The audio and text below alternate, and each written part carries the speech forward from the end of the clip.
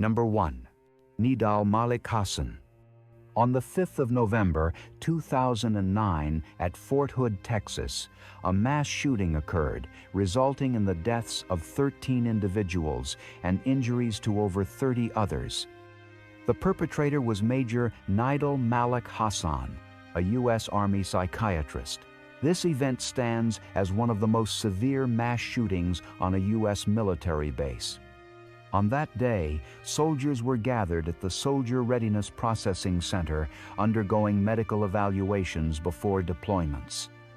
At approximately 1:30 p.m., Major Hasan entered the facility armed with an FN-57 semi-automatic firearm and an older .357 caliber revolver.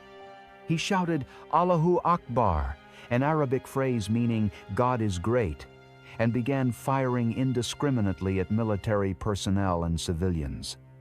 Hasan fired over 146 rounds during the attack, targeting individuals both inside the building and those attempting to flee. The rampage lasted about 10 minutes and ended when civilian police officers responded and shot Hasan, leaving him paralyzed from the waist down. Following the shooting, Hasan was taken into custody and transported to a medical facility for treatment of his injuries. After he regained consciousness, he was subsequently charged with 13 counts of premeditated murder and 32 counts of attempted premeditated murder. Hasan's court-martial began on the 6th of August, 2013, during which he refused to shave his beard, stating that it was part of his religious beliefs. After so many arguments, the military judge allowed him to represent himself while still on a wheelchair. During the trial, he admitted to the shootings and offered little defense, stating that he decided to switch sides and was now against the government. He refused to call any witnesses or testify in his defense. On the 23rd of August, 2013, the military jury found Hasan guilty on all charges. 5 days later, he was sentenced to death. The sentence included forfeiture of all pay. He was still receiving paychecks during the trial, and allowances and dismissal from the service.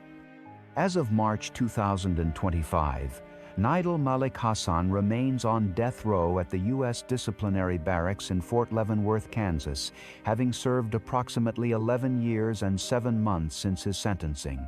Number 2. Robert Russell Card II. On October 25, 2023, 40-year-old Robert Russell Card II carried out a mass shooting in Lewiston, Maine, United States. The attacks took place at 2 separate locations: the Just-in-Time Recreation Bowling Alley and the Chemingues Bar and Grill restaurant. In total, 18 people were brutally murdered, and 13 others were wounded. Robert Card was a longtime resident of Bowdoin, Maine. He had attended Bowdoin Central School, Mount Ararat High School, and later enrolled at the University of Maine to study engineering, though he did not complete his education. In December 2002, he enlisted in the United States Army Reserve as a petroleum supply specialist. He remained in the reserve for over 2 decades, ultimately holding the rank of Sergeant First Class. While he had no combat deployments, he worked for years as a grenade instructor, a role that exposed him to repeated blast concussions. He was described for much of his life as quiet, dependable, and friendly, but in later years his family noticed a change in his personality, linked to his declining hearing and increasing paranoia. On the evening of October 25, 2023, at approximately 6:54 p.m., Robert Card entered the Just-in-Time Recreation Bowling Alley during a youth league event. Armed with a Ruger SFAR semi-automatic rifle chambered in .308 Winchester, equipped with an extended magazine, flashlight, and optic, he fired a first shot. When the rifle jammed, 2 employees, Jason Walker and Michael Desloriers II, attempted to disarm him. Card managed to clear the jam and reload, fatally shooting both men before firing into the crowd. Within 45 seconds, he had discharged 18 rounds, murdering 8 people and injuring 3 others. Police received emergency calls at 6:56 p.m., and the first officers arrived 4 minutes later. At 7:07 p.m., a second shooting was reported at the Cheminges Bar and Grill restaurant, about 4 miles south of the bowling alley. Card entered and walked toward the cornhole section, shooting at patrons. During a reload, one individual managed to cut power to the building, which officials later said saved lives. Nevertheless, Card fired a total of 36 rounds, inside and outside the bar, in just over a minute, murdering 10 people and injuring 10 others, before escaping through a side exit. Among those shot and murdered were 4 members of the local deaf community participating in a cornhole tournament. 3 additional victims from the combined incidents later died in hospitals. By 8:06 p.m., the Androscoggin County Sheriff's Office issued an active shooter alert and released images of Card armed with the rifle, as well as his 2013 Subaru Outback. His abandoned vehicle was soon located at a boat launch in Lisbon, about 8 miles away, sparking the largest manhunt in Maine's history. Federal agencies, including the Federal Bureau of Investigation and the Bureau of Alcohol, Tobacco, Firearms, and Explosives, assisted in the search. On October 26th, Governor Janet Mills and the Maine State Police confirmed the number of casualties. An arrest warrant was issued for Card, charging him with 8 counts of murder, with the expectation that more would be added once victims were identified. Officers conducted searches, including at his residence in Bowdoin, while divers and sonar teams searched the Androscoggin River near the abandoned vehicle. On the evening of October 27th, 49 hours after the shootings, Robert Card was found deceased. His body was located inside a box truck at a recycling facility in Lisbon, where he had previously been employed. The Maine Chief Medical Examiner confirmed his death as a self-inflicted harm by gunshot wound to the head, likely occurring 8 to 12 hours before his discovery. Because Card died before apprehension, there was no trial, sentencing, or imprisonment. Number 3. Robert Gregory Bowers. On the 27th of October, 2018, Robert Gregory Bowers carried out a devastating attack on the Tree of Life Synagogue in Pittsburgh, Pennsylvania. This assault resulted in the deaths of 11 worshippers, marking it as the deadliest attack against the Jewish community in U.S. history.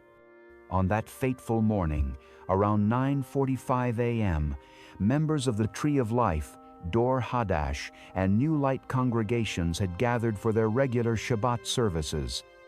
Few minutes later, Bowers, described by eyewitnesses as a bearded, heavy-set white male armed with multiple firearms, including Glock 357 firearms and a Colt AR-15 rifle, entered the synagogue and opened fire on the congregants.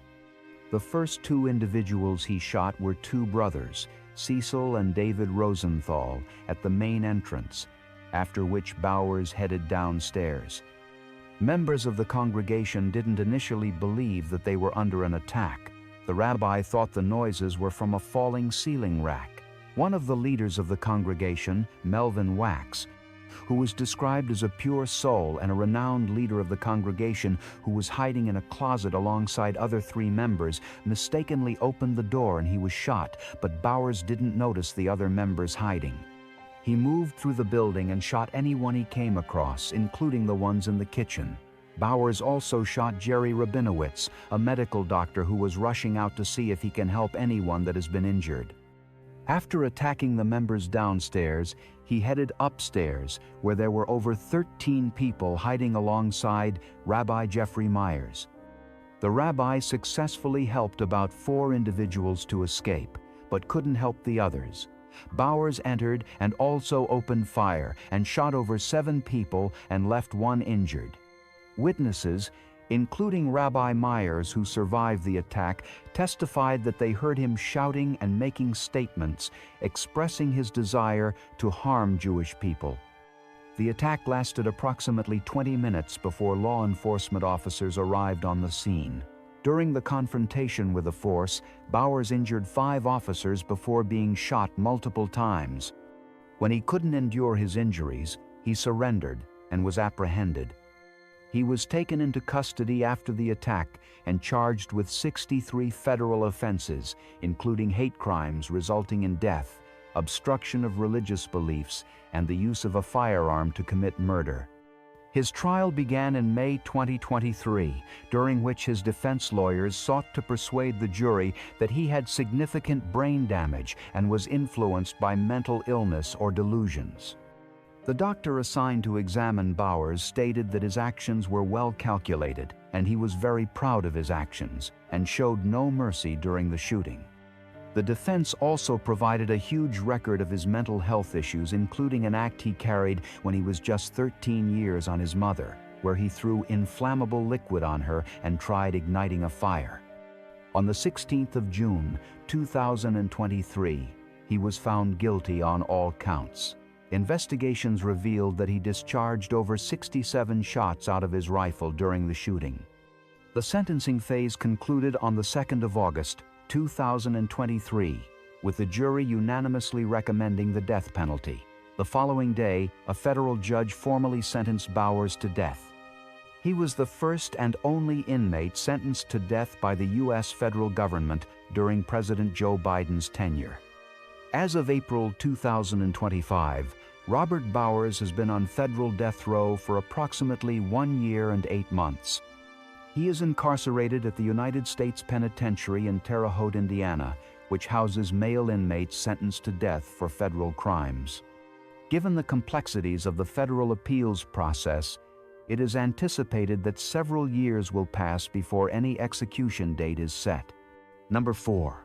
Syed, Rizwan, Farouk, and Tashfeen Malik.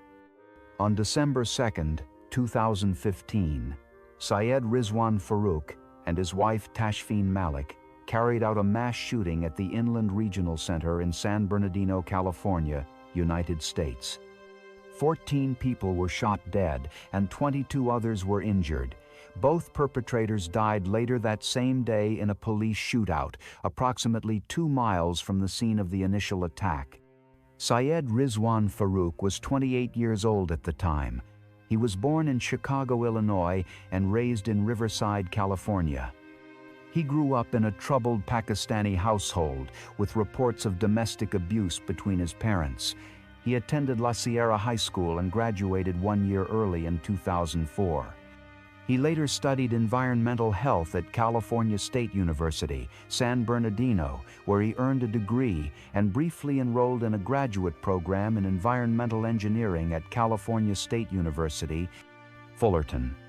Farouk worked for 5 years as an environmental health specialist for the San Bernardino County Department of Public Health. He was described by co-workers as quiet, polite, and generally unremarkable in demeanor. He had a history of practicing at shooting ranges and maintained a hobby of backyard target shooting. Tashfeen Malik was 29 years old at the time. She was born in Pakistan and raised in Saudi Arabia, where she became increasingly devout in her religious practice. Malik entered the United States in 2014 on a fiancé visa after she and Farouk had met online and later married. The couple married legally in Riverside, California in August 2014. They lived in Redlands, California, and had a 6-month-old daughter at the time of the attack. Accounts from her extended family described a shift in her beliefs toward a stricter interpretation of religion during her time in Saudi Arabia. Investigations revealed that both Farouk and Malik had been privately communicating about jihad and martyrdom as early as 2013, before their marriage. They spent over a year preparing for a planned attack, gathering firearms, ammunition, and explosive devices. Farouk's neighbor and friend, Enrique Marquez Jr., legally purchased 2 rifles that were later transferred to Farouk, The couple also acquired handguns and stockpiled thousands of rounds of ammunition. In the weeks before the attack, Farouk took out a personal loan of $28,500, transferring portions of it to his mother and possibly using it to fund their preparations. On the morning of December 2, 2015, the couple left their infant daughter in the care of Farouk's mother, claiming they had a medical appointment. Farouk attended a holiday luncheon and training event hosted by his employer at the Inland Regional Center. He left the meeting mid-morning, leaving behind a backpack containing a failed explosive device. At 10:59 a.m., he and Malik returned wearing tactical gear, masks, and armed with rifles and pistols. They opened fire on attendees, murdering over 14 and injuring 22 in less than 4 minutes. Witnesses recognized Farouk, and responding officers quickly identified the attackers. The shooters fled in a black sport utility vehicle. A police pursuit ensued, during which they threw a fake explosive device toward officers. The chase ended in a residential area of San Bernardino, where the couple exchanged gunfire with police for approximately 5 minutes. Over 100 rounds were fired. Both Farouk and Malik were shot dead during the confrontation. Farouk sustained 26 gunshot wounds, while Malik sustained 15. Following their deaths, their remains were difficult to place as local Islamic cemeteries initially refused to accept them. Eventually, on the 15th of December, 2015, their bodies were buried in Rosamond, California, with only a small group of family members present. Because both perpetrators died during the shootout, no legal trial, sentencing, or appeals occurred. The focus of subsequent proceedings fell on associates such as Enrique Marquez Jr., who was charged with conspiring to provide material support to terrorists and with purchasing the rifles used in the attack. Marquez later pleaded guilty and was sentenced to 20 years in federal prison. However, during the investigation, authorities discovered that Malik had pledged allegiance to the Islamic State of Iraq and the Levant in a private Facebook post made around the time of the attack. This was later described by the Federal Bureau of Investigation as evidence of their self-radicalization, though there was no direct operational link to foreign terrorist groups. Number 5. DeWayne Craddock. DeWayne Antonio Craddock was 40 years old when he carried out a mass shooting on May 31, 2019, in Virginia Beach, Virginia. The attack took place inside the Virginia Beach Municipal Center, Building 2, where he was employed as a city engineer. In total, 12 people were brutally murdered and 4 others were injured. The shooting began just after 4 in the afternoon. Craddock first shot a person in a vehicle outside the municipal building. He then entered the building using his employee key card, which granted him access to secure, non-public areas. Inside, he moved through multiple floors of the building, opening fire on colleagues and others present. Witnesses described the sound of his shots as muffled, similar to a nail firearm, because he used a suppressor attached to his weapon. Craddock carried 2.45 caliber handguns, both legally purchased, and had multiple extended magazines. He also carried a firearm suppressor, which reduced but did not eliminate the noise of the gunfire. Some survivors reported initial confusion over whether the sounds were construction-related or actual gunfire. The shooting lasted for approximately 35 minutes. Victims included 11 city employees and 1 contractor who was inside the building. Many of them were longtime co-workers of Craddock. Employees attempted to barricade doors and hide in offices. One survivor later recalled, "We heard the shots and people just started running. Some people didn't even realize what it was at first." One victim was a contractor who had come to obtain a permit. Victims ranged in experience from a recent hire of 11 months to a long-term employee of 41 years. Police officers entered the building within minutes of the first calls. According to reports, they quickly located Craddock and engaged him in gunfire on the second floor. A prolonged firearm battle followed, in which officers exchanged shots with Craddock for nearly 20 minutes. Police later stated that the suppressor made it difficult to determine his location during the exchange. Craddock was ultimately shot by police and died shortly after. He was pronounced dead at the scene. Authorities recovered his 2 pistols, ammunition, and the suppressor. In the days following the attack, investigators examined Craddock's background. He had worked for the city's Public Utilities Department for 15 years as an engineer. He was still employed at the time of the shooting, though he had emailed his resignation letter earlier that same day. His letter gave no reason for resignation beyond stating he was leaving for personal reasons. Craddock also had prior military experience. He enlisted in the Virginia National Guard in April 1996, serving as a cannon crew member with the 111th Field Artillery Regiment. Officials confirmed he left the Guard with no disciplinary issues. Investigators searched his home and electronic devices but did not uncover a clear motive. Authorities later reported that Craddock had no criminal record, no known extremist ties, and no significant history of violence. Co-workers described him as quiet and withdrawn. Officials concluded there were no clear warning signs or threats made in advance of the attack. Because Craddock was shot dead during the shootout with police, there were no arrests, no trial, and no sentencing. The case closed with his death.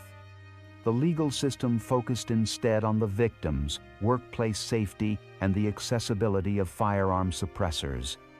Some officials and experts raised concerns about the use of a suppressor.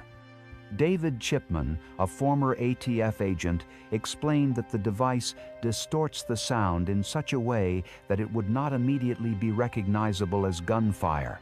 Others, including retired FBI agent Gregory Schaefer, stated that the suppressor did not increase the weapon's lethality, but did affect how quickly people recognized the threat. As of March 2025, the Virginia Beach Municipal Center shooting remains one of the deadliest workplace mass shootings in United States history. Number 6. Devin Patrick Kelley. On Sunday, November 5, 2017, 26-year-old Devin Patrick Kelley carried out a mass shooting at the First Baptist Church in Sutherland Springs, Texas. The attack led to the death of 26 people and wounded 22 more, making it the deadliest mass shooting in the history of Texas and the deadliest at an American place of worship. Devin Patrick Kelley was raised in New Braunfels, Texas, about 35 miles from Sutherland Springs. During his teenage years, he frequently displayed behavioral problems in school, including multiple suspensions for falsifying records, insubordination, profanity, and a drug-related offense. Those who knew him recalled him as someone who was often in conflict with others. After graduating from New Braunfels High School in 2009 with a below-average ranking, he enlisted in the United States Air Force, serving in logistics readiness at Holloman Air Force Base in New Mexico. During his service, Kelley displayed violent tendencies. In October 2012, he was charged with assaulting his wife and fracturing his toddler stepson's skull. He later threatened his superiors and was caught attempting to sneak firearms onto the base. He was admitted to a mental health facility but attempted an escape before being court-martialed. Later that year, he pleaded guilty to 2 counts of assault under Article 128 of the Uniform Code of Military Justice. He was sentenced to 12 months of confinement, reduced to the rank of Airman Basic, and discharged in 2014 with a bad conduct discharge. Following unsuccessful appeals, he left the military with a criminal record that, by law, should have prevented him from purchasing firearms. However, the Air Force failed to report his convictions to the National Background Check System. After returning to New Braunfels, Kelley's personal life remained turbulent. He was divorced from his first wife and later remarried, but his relationships continued to include reports of abuse. He faced accusations of sexual assault and animal cruelty, and developed an interest in violent acts, expressing admiration for previous mass shootings. Despite being denied a license to carry a handgun in Texas, he purchased multiple firearms between 2014 and 2017, including the rifle he later used in the attack. On the morning of November 5, 2017, Kelley arrived at the First Baptist Church in a white SUV. He wore black tactical gear, a ballistic vest, and a mask bearing a white skull. Armed with a Ruger AR-556 semi-automatic rifle, he opened fire outside the church, shot and murdered 2 people before entering the sanctuary where Sunday services were underway. Inside, he moved through the aisles, shooting worshipers. Investigators later determined he fired approximately 450 rounds during the attack, pausing only to reload.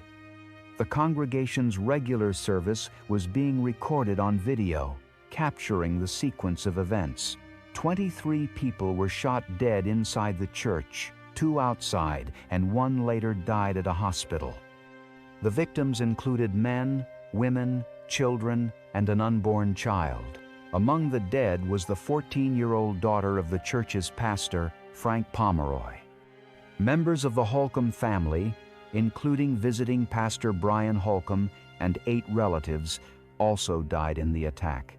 Survivors included Chris Workman, who was shot twice and left paralyzed from the waist down. The shooting ended after Kelley was confronted outside the church by Stephen Williford, a local resident and former firearms instructor, who engaged him with his own AR-15 rifle. Williford shot Kelley twice, forcing him to flee in his vehicle. Williford, joined by another local man, Johnny Langendorf, pursued Kelley in a high-speed chase while relaying information to law enforcement. During the pursuit, Kelley called his wife and father, admitting responsibility and expressing despair over his injuries. He eventually lost control of his vehicle and crashed into a field. When police arrived, they found him dead from a self-inflicted gunshot wound, along with additional firearms in the car. Following the attack, federal and state investigations revealed the Air Force's failure to enter Kelley's domestic violence convictions into the background check system. This omission allowed him to legally purchase weapons despite his disqualifying criminal record. In 2021, a federal judge ruled the United States government negligent for this failure and awarded victims and families nearly $230 million in damages. Because Kelley died at the scene, there was no criminal trial, sentencing, or prison term. His history of court-martial, confinement, and dishonorable conduct in the Air Force, however, had already resulted in punitive measures years earlier, including discharge from military service. His only known final words came during phone calls to his family while fleeing, where he admitted to the attack and said he did not expect to survive. Number 7. George Emil Banks. George Emil Banks carried out one of the deadliest mass shootings in Pennsylvania history on Saturday, September 25, 1982. The shootings took place in Wilkes-Barre and Jenkins Township, Pennsylvania, resulting in the deaths of 13 people, including 7 children, 5 of whom were his own. George Emil Banks was 40 years old at the time of the crimes. He was born in Wilkes-Barre, Pennsylvania, to John Mack, who was black, and Mary Yelland, who was white. Growing up biracial, Banks later claimed he experienced racism and rejection that deeply affected him. As a teenager, he enlisted in the United States Army, but after being discharged at 19 years old, he participated in an armed robbery of a tavern. During the crime, he and his accomplices shot and injured the unarmed owner. He was sentenced to 6 to 15 years in prison, escaping briefly in 1964 but eventually paroled in 1969. In 1974, his sentence was commuted. Banks later worked as a correctional officer at Camp Hill Prison beginning in 1980. Despite his earlier criminal record, he was hired and remained there until 1982, when he exhibited troubling behavior. including an incident in which he locked himself in a prison tower with a shotgun. He was placed on leave and ordered to undergo mental health evaluation. By September 1982, he was living with multiple girlfriends and their children, all of whom were white, and he expressed fears to co-workers about an imminent race war. On the night of September 24, 1982, Banks consumed alcohol and prescription medication at his home on Schoolhouse Lane in Wilkes-Barre. In the early morning hours of September 25th, he armed himself with an AR-15 rifle and dressed in military fatigues. He first shot and murdered 3 women living with him: Regina Clemens, age 29, her sister Susan Uhas, age 23, and Dorothy Lyons, age 29. He then shot and murdered 5 children inside the home, including his own children Montanzima, age 6, Boenda, aged 4, Mauritania, aged 20 months, and Forarud, aged 1, as well as 11-year-old Nancy Lyons, Dorothy's daughter from another relationship. After leaving the house, Banks saw 2 men across the street, 22-year-old James Olson and 24-year-old Raymond Hall Jr. He shot both of them. Hall died, and Olson survived.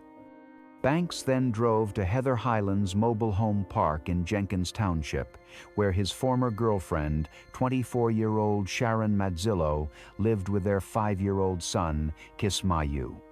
Inside the trailer, he shot and killed Mazzillo, their son, Mazzillo's mother Alice, aged 47, and her nephew Scott, aged 7.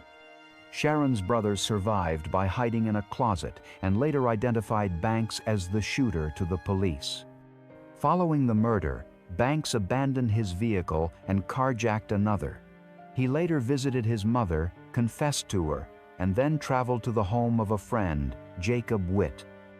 A standoff with police began, lasting 4 hours. Negotiators used multiple tactics to draw Banks out, including broadcasting a false radio report suggesting some victims were still alive.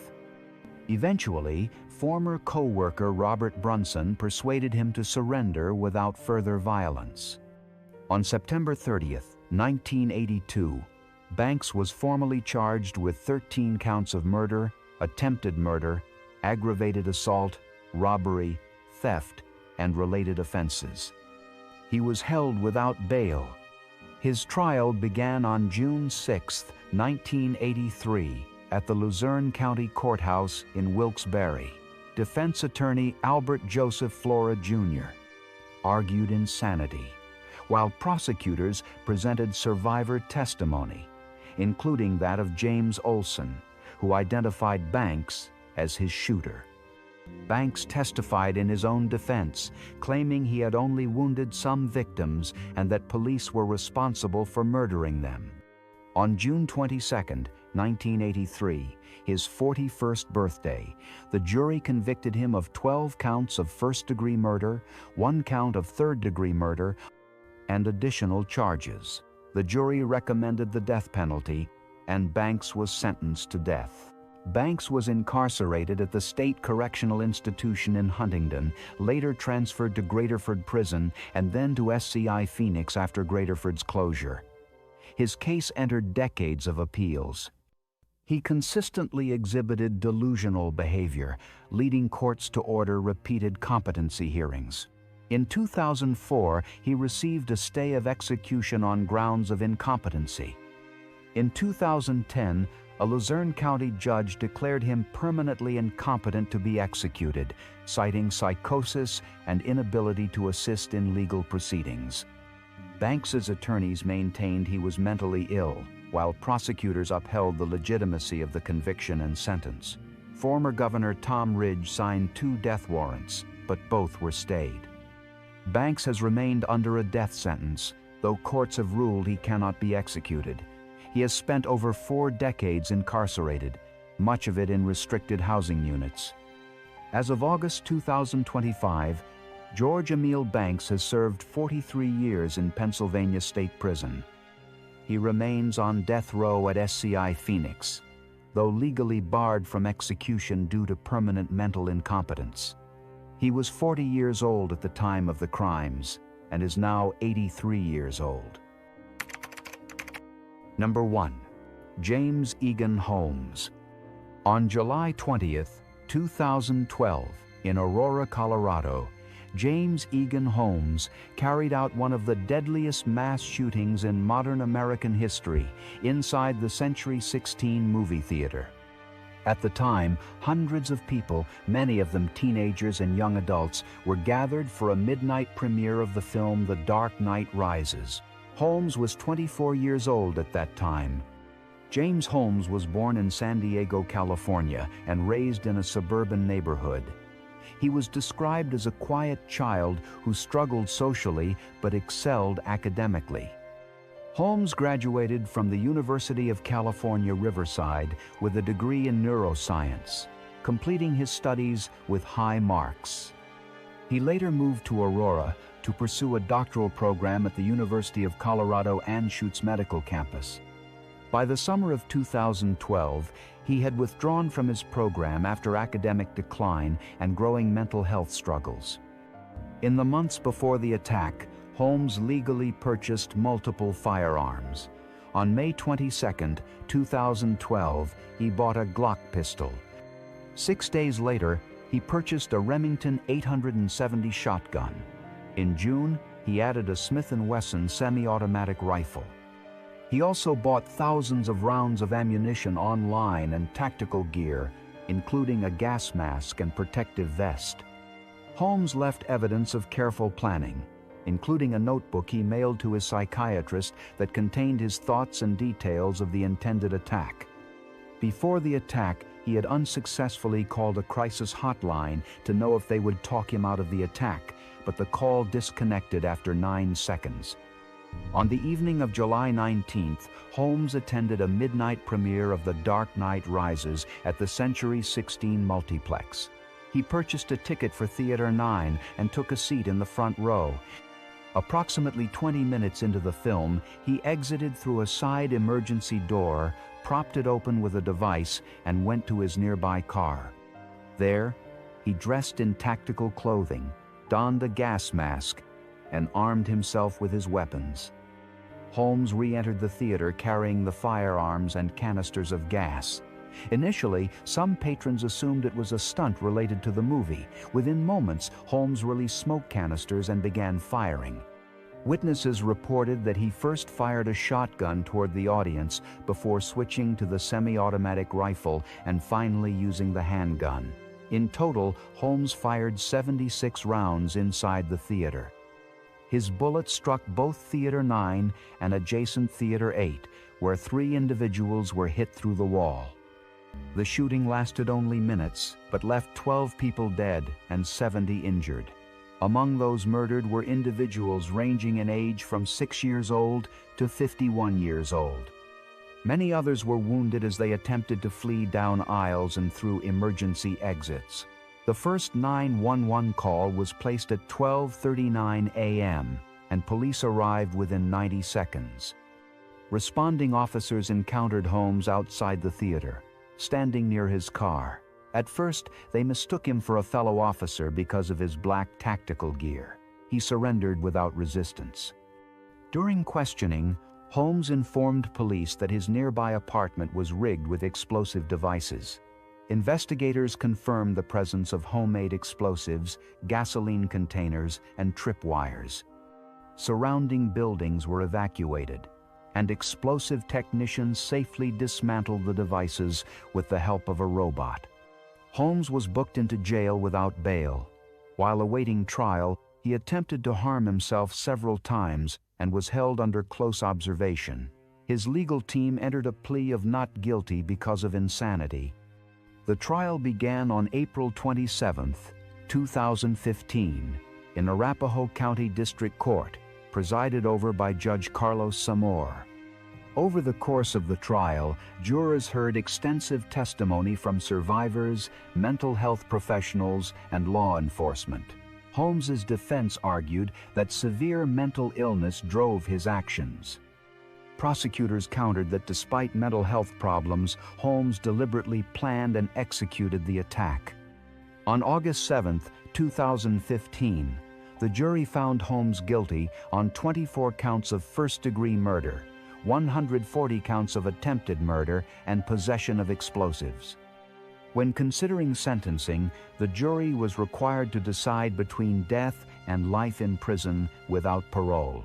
By a single juror's vote, the death penalty was rejected.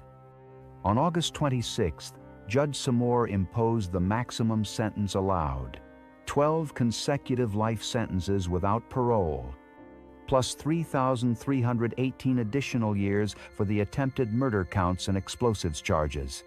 At sentencing, Holmes showed little visible reaction.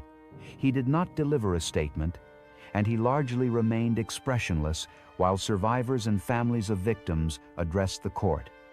Judge Samore stated that it was the intention of the court that Holmes would never again walk free in society. Holmes was initially incarcerated at the Colorado State Penitentiary in Canyon City. In 2017, for his safety, he was transferred to a federal prison outside of Colorado, later identified as United States Penitentiary Allenwood in Pennsylvania. As of August 2025, James Holmes remains incarcerated, having served 13 years in prison. He was 24 years old at the time of the crime and is now 37 years old. Number 2. Stephen Craig Paddock. On the night of Sunday, October 1, 2017, Stephen Craig Paddock carried out a mass shooting from the Mandalay Bay Hotel and Casino, located on the Las Vegas Strip in Paradise, Nevada. At 64 years old, he opened fire on a crowd attending the Route 91 Harvest Music Festival and murdered 60 people and injured hundreds more. The event remains the deadliest mass shooting by a lone gunman in United States history. Stephen Craig Paddock was born in Clinton, Iowa, on April 9, 1953.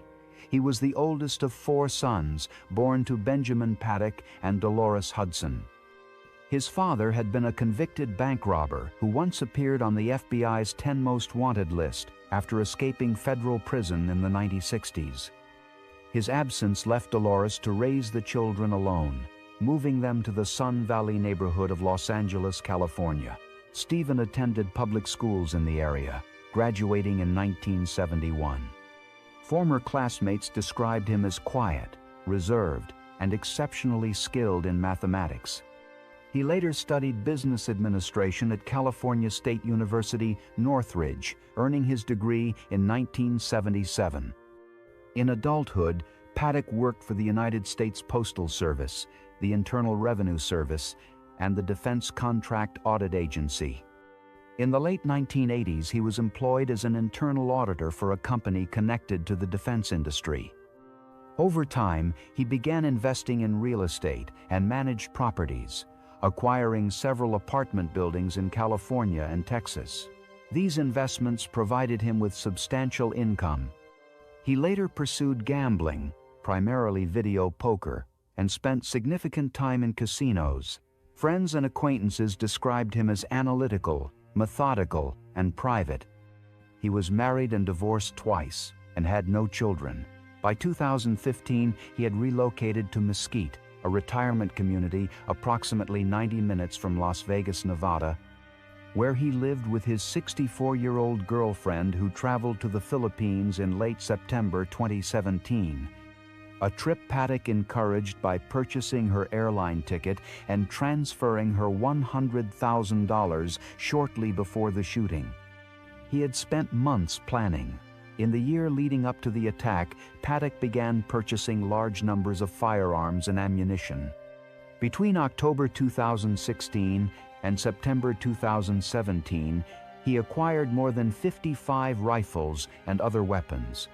He also acquired bump stock devices that allowed his rifles to mimic automatic fire.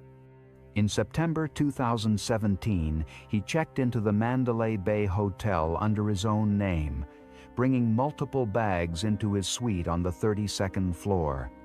4 days later, he booked a second adjoining suite under his girlfriend's identification. From both rooms, he had a clear view of the festival grounds across Las Vegas Boulevard.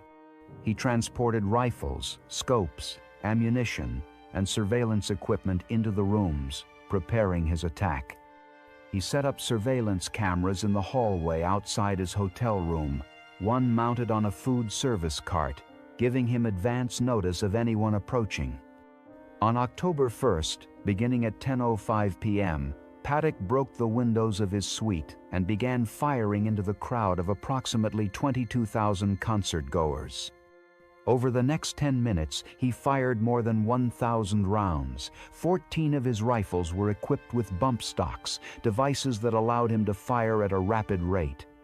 Witnesses describe bursts of gunfire lasting several seconds at a time, followed by pauses before resuming again. Hundreds of concert-goers dropped to the ground while others fled for cover. Some believed the sound was fireworks, until people began collapsing. A festival attendee said it just kept going, like it would never stop. People were screaming, running, and falling everywhere. Within the crowd, chaos spread as people attempted to escape. Mandalay Bay security guard Jesus Campos approached the 32nd floor after noticing a door had been blocked by screws. Paddock fired through his suite door, striking Campos in the leg. Campos survived. Despite his injury, Campos radioed hotel security and warned police of an active shooter, later guiding police officers to the gunman's location. By 10:17 p.m., the first Las Vegas Metropolitan Police Department officers had reached the floor. They waited for backup and began systematically clearing other rooms. At 11:20 p.m., a SWAT team used explosives to breach Paddock's door. Inside, officers found him dead from a self-inflicted gunshot wound. After the attack, police recovered 23 firearms in his hotel rooms, including 14 AR-15 style rifles, 8 AR-10 style rifles, a Ruger bolt-action rifle, and a Smith & Wesson revolver. Many of the rifles were equipped with bipods, telescopic sights, and large-capacity magazines. Investigators also discovered calculations he had written, estimating distance and bullet trajectories toward the festival grounds. In his vehicle parked at the hotel, they found additional ammunition and materials commonly used in explosives. Investigations conducted by the Federal Bureau of Investigation and the Las Vegas Metropolitan Police Department sought to determine Paddock's motive. His girlfriend, who had been sent to the Philippines shortly before the attack, stated that she had no knowledge of his plans, and law enforcement later determined she had no involvement in the attack. Federal authorities later considered financial stress, diminished casino rewards, declining health, and social withdrawal as possible contributing factors. However, no definitive motive was ever established. Because Stephen Paddock died before officers entered his suite, there was no arrest, trial, or sentencing. He left no statement explaining his actions. No charges were filed against accomplices, as authorities concluded he acted alone. His family cooperated with investigators, and his brother Bruce Paddock was separately arrested weeks later on unrelated charges. His remains were cremated in 2018, and no burial site was publicly announced. His case closed without trial or appeals, and he left behind unanswered questions about his motive. Number 3. Patrick Wood Cruzius. On August 3, 2019, in El Paso, Texas, 21-year-old Patrick Wood Cruzius carried out a mass shooting at a Walmart near the Cielo Vista Mall. The attack left 23 people dead and 22 others injured. Patrick Cruzius was born on July 27, 1998, and at the time of the shooting was living with his grandparents in Allen, Texas, a suburb in the Dallas-Fort Worth area. He graduated from Plano Senior High School in 2017 and had briefly attended Collin College before leaving in the spring of 2019. Cruzius, who was of German descent, had struggled socially, spent long periods of time online, and had developed extremist views. He legally purchased a GP Wazir 10 semi-automatic rifle and 1,000 rounds of hollow point ammunition in June 2019, 2 months before the shooting. On the night of August 2, 2019, Cruz left his grandparents' home in Allen. He drove through the night, covering more than 600 miles to reach El Paso by morning. Along the way, he stopped for gas and drinks, but otherwise traveled without rest. By 8 o'clock in the morning, he arrived in the city and spent an hour driving around without a clear plan. He briefly stopped at a pizzeria but left when it was closed. At approximately 9 o'clock, he arrived at the Walmart near Cielo Vista Mall. He walked inside the store and surveyed the building for 30 minutes before returning to his car. He re-entered the store, purchased an orange, ate it inside, then left again. At 10:15 in the morning, while seated in his car, he logged onto the message board, 8chan. There, he created a thread titled "It's Time" and uploaded his manifesto, which was titled "The Inconvenient Truth." The document outlined his white nationalist and anti-immigrant beliefs, citing the Christchurch mosque shootings in New Zealand earlier that year as inspiration and referencing the Great Replacement conspiracy theory. 5 minutes later, he returned to his car trunk, retrieved his WASR-10 rifle, and prepared to attack. At 10:37, Cruz opened fire in the parking lot of the Walmart. His first victim was a woman pushing a shopping cart. He then shot at people near a fundraising event for the El Paso Fusion girls soccer team. 3 people were murdered in the parking lot, and 6 others were injured. The store manager observed the shooting and immediately declared a code brown, signaling an active shooter situation. Approximately 3,000 people were in the mall complex at the time. Many customers fled into adjacent stores, while others hid in back rooms and storage areas. At 10:39, Cruz entered Walmart through the west entrance. He fatally shot an elderly man attempting to flee before advancing through the store. He moved toward the First Convenience Bank inside the store and murdered 9 individuals there. He then fired into the checkout lines, shooting an additional 9 people dead. Within minutes, he had brutally shot and murdered 19 individuals inside the building and wounded 15 others. At 10:41, he exited the store and fired at a moving car in the parking lot, murdering a man and injuring his wife. He then returned calmly to his car. Within 6 minutes of the first emergency calls, law enforcement officers from the El Paso Police Department, Texas Rangers, FBI, and ATF began arriving at the scene. Meanwhile, Cruz drove a short distance to the intersection of Sun Mountain Viscount, where he stopped, exited his car, raised his hands, and told a Texas Ranger and an El Paso motorcycle officer, "I'm the shooter." He was taken into custody without further violence.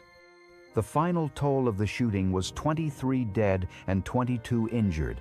The deceased included 13 American citizens, 8 Mexican citizens, and 1 German national.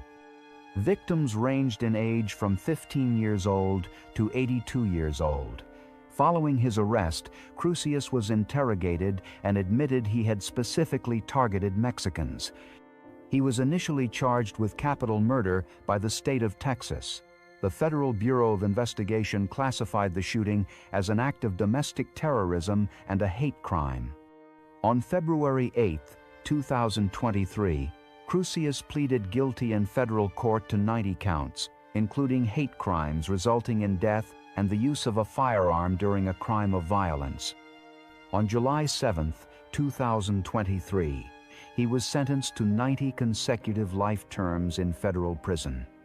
The court heard impact statements from families of the victims, many of whom expressed grief and called for justice. Cruz remained mostly silent, speaking only briefly to confirm his plea. On April 21, 2025, he also pleaded guilty to the state capital murder charges in Texas.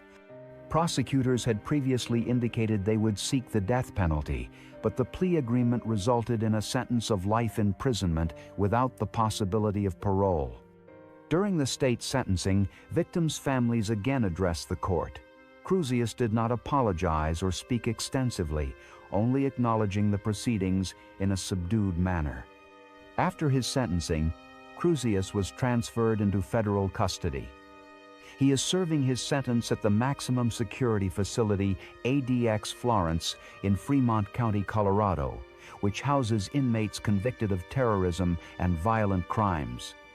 As of August 2025, Patrick Wood Crusius has served 2 years of his 90 consecutive life sentences.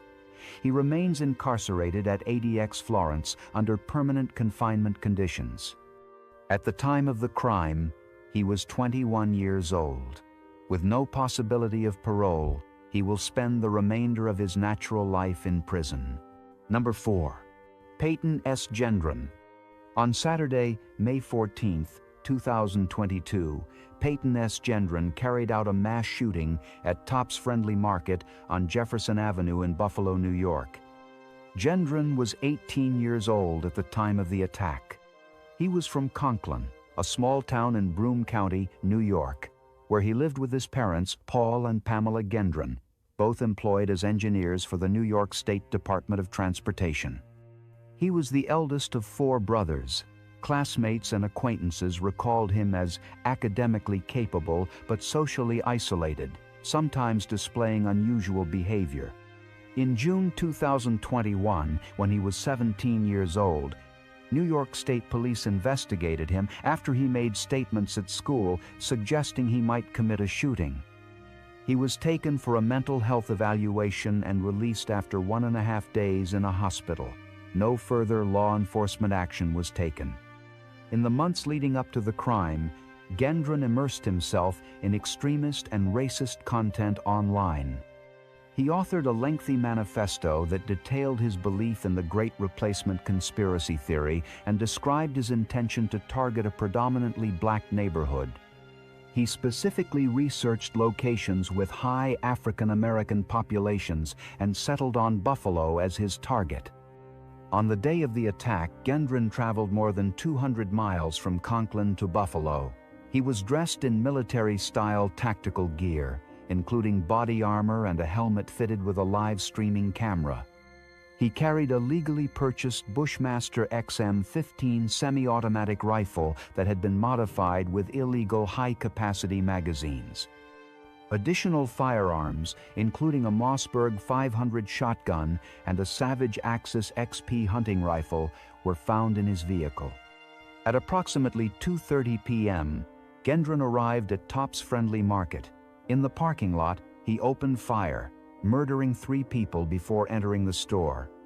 Inside, he continued firing at customers and employees, targeting black victims.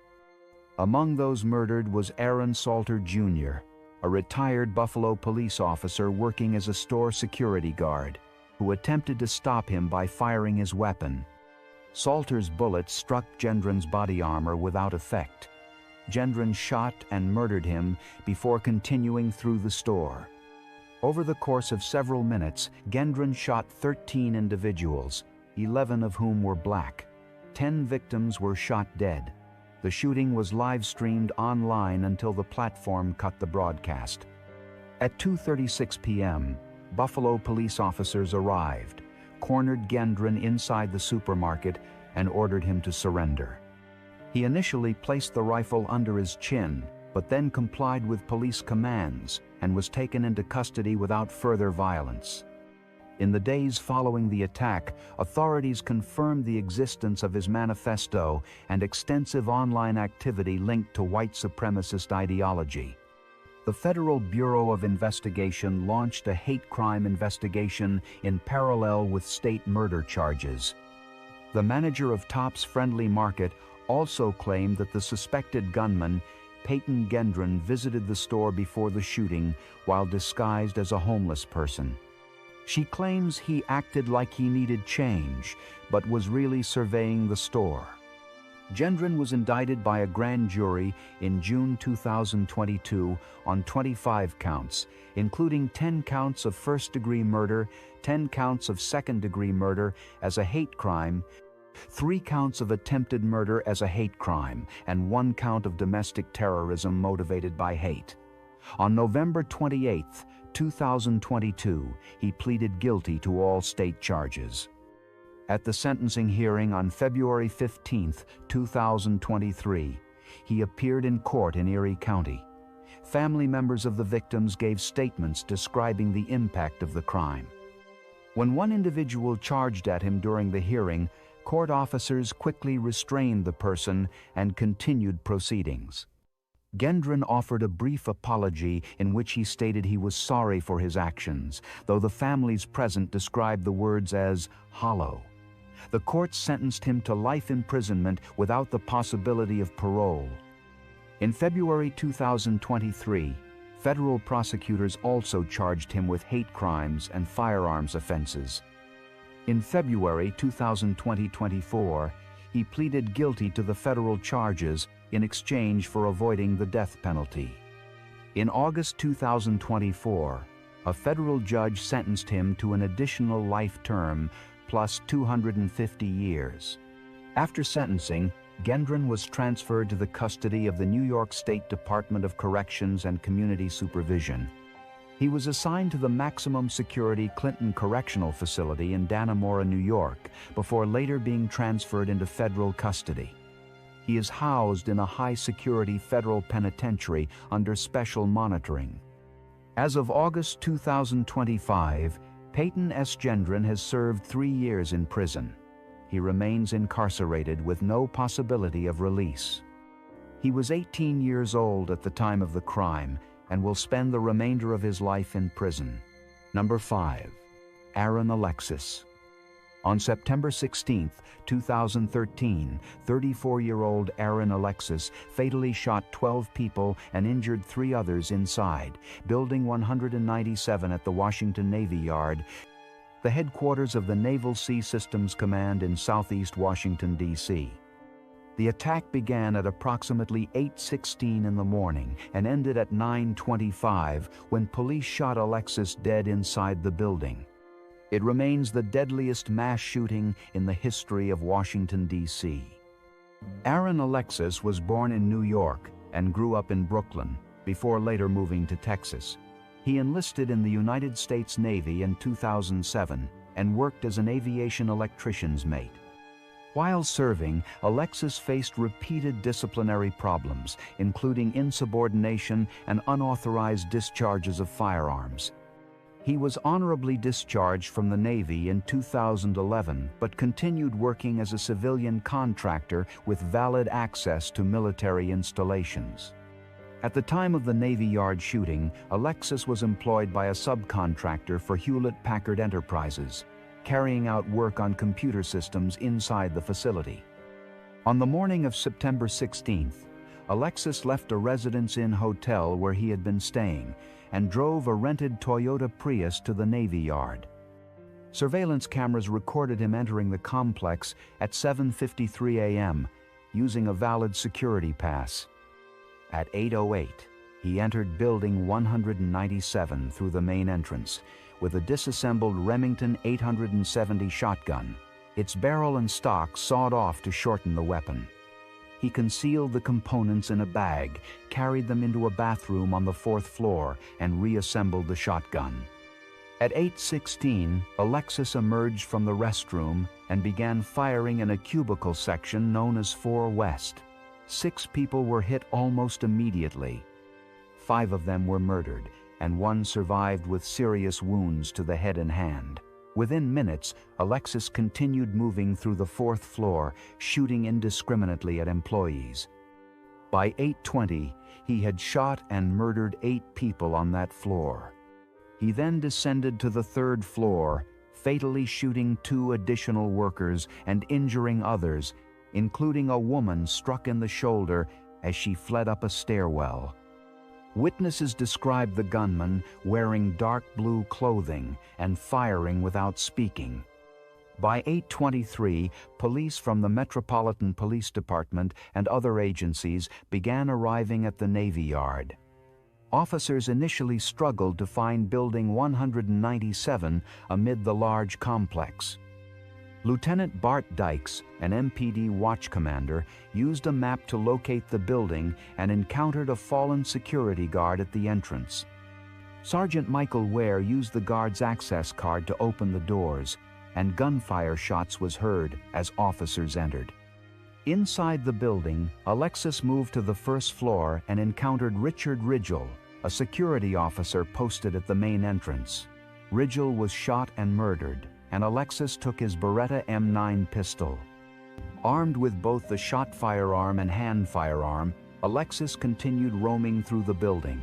He exchanged fire with a security guard and a Navy military police officer, but escaped down a hallway. Soon after, he shot at 2 police officers and a Naval Criminal Investigative Service agent before fleeing again. At 8:34, Alexis reached the west side of the building and attempted to fire at 2 men standing in an alleyway. Finding his firearm empty, he switched to the Beretta pistol. He shot and murdered 1 man while the other escaped unharmed. Reports initially suggested that a second gunman was present because of the use of 2 different weapons, but investigators later confirmed Alexis acted alone. Around 8:55, Alexis moved back to the 3rd floor, where he concealed himself among cubicles. At 9:12, he opened fire on officers and NCIS agents entering the area, hitting Officer Scott Williams in both legs. Williams survived his injuries after being evacuated from the building by colleagues. Alexis remained hidden until 9:15, when DC Police Emergency Response Team Officer Dorian DeSantis and U.S. Park Police Officers Andrew Wong and Carl Hyatt advanced through the cubicles. Alexis fired at DeSantis from only a few feet away, striking his protective vest. The officers returned fire. At 9:25, DeSantis fatally shot Alexis in the head. His death was confirmed later that morning. In total, 13 people, including Alexis, died. The victims ranged in age and were civilian employees or contractors. Among those killed were Michael Arnold, Martin Bodrog, Arthur Daniels, Sylvia Frazier, Kathy Gard, John Roger Johnson, Mary Knight, Frank Kohler, Vishnu Pandit, Kenneth Bernard Proctor, Gerald Reed, and Richard Ridgel. 8 others sustained injuries, 3 from gunfire. Survivors included Jennifer Bennett, who suffered gunshot wounds to her shoulder, chest, and hand, requiring extensive reconstructive surgery. Officer Scott Williams also survived his wounds. The shooting led to extensive reviews of base security and mental health oversight for contractors with access to sensitive facilities. Alexis had previously reported hearing voices and experiencing paranoia. Despite multiple encounters with law enforcement and treatment for mental health concerns, he retained his clearance to work on the Navy Yard project. Because Aaron Alexis was shot dead by the police during the incident, he was never tried, charged, or sentenced. As of August 2025, Aaron Alexis remains deceased. Number 6. Omar Sadiq Mateen. On June 12, 2016, 29-year-old Omar Mir Sadiq Mateen carried out a mass shooting at Pulse, a gay nightclub in Orlando, Florida, United States. The attack took place during the club's Latin Night, an event that drew a largely Latino crowd. By the end of the incident, 49 people were brutally shot and murdered, and 53 were wounded, making it at the time the deadliest mass shooting in modern United States history. Omar Mateen was born and raised in New York to Afghan immigrant parents. He later moved with his family to Florida, where he grew up in the community of Fort Pierce. He became a licensed security guard and worked for a private security company, G4S Secure Solutions, for several years. He was known to carry himself quietly in professional settings, though colleagues later described him as having expressed frustration about discrimination and world events. At the age of 29, he was married to Noor Salman and had a young son. On the evening of June 11, 2016, Pulse nightclub prepared for closing, with around 320 people inside. At approximately 2 o'clock in the morning on June 12th, Mateen arrived at the venue in a rented van. He was wearing a plaid shirt over a white undershirt and tan cargo pants. He carried with him a Sig Sauer MCX semi-automatic rifle and a 9mm Glock 17 semi-automatic pistol. At 2 minutes past 2 in the morning, Mateen bypassed Officer Adam Grueller, an off-duty Orlando Police Department officer who was working security at the club. He entered through a southern entrance and began firing into the crowd of patrons. The gunfire caused chaos and immediate casualties. Grueller quickly called for assistance, explaining that his small firearm would not be effective against Mateen's high-powered rifle. Grueller fired at Mateen when he saw him targeting individuals attempting to flee, which caused Mateen to retreat deeper into the nightclub. Within 5 minutes, Mateen had fired nearly 200 rounds. Survivors later recounted scenes of confusion and terror, with some mistaking the gunfire for fireworks. Others hid in bathrooms or behind furniture, while some attempted to shield loved ones. A Marine Corps veteran working as a bouncer, Imran Yusuf, recognized the gunfire and was able to unlock a door, allowing about 70 people to escape. Additional officers arrived beginning at 2:04 in the morning and engaged Mateen in further exchanges of gunfire. He retreated into one of the nightclub's bathrooms, initiating a hostage situation. Mateen fired into the bathroom stalls and murdered some victims instantly and injuring others.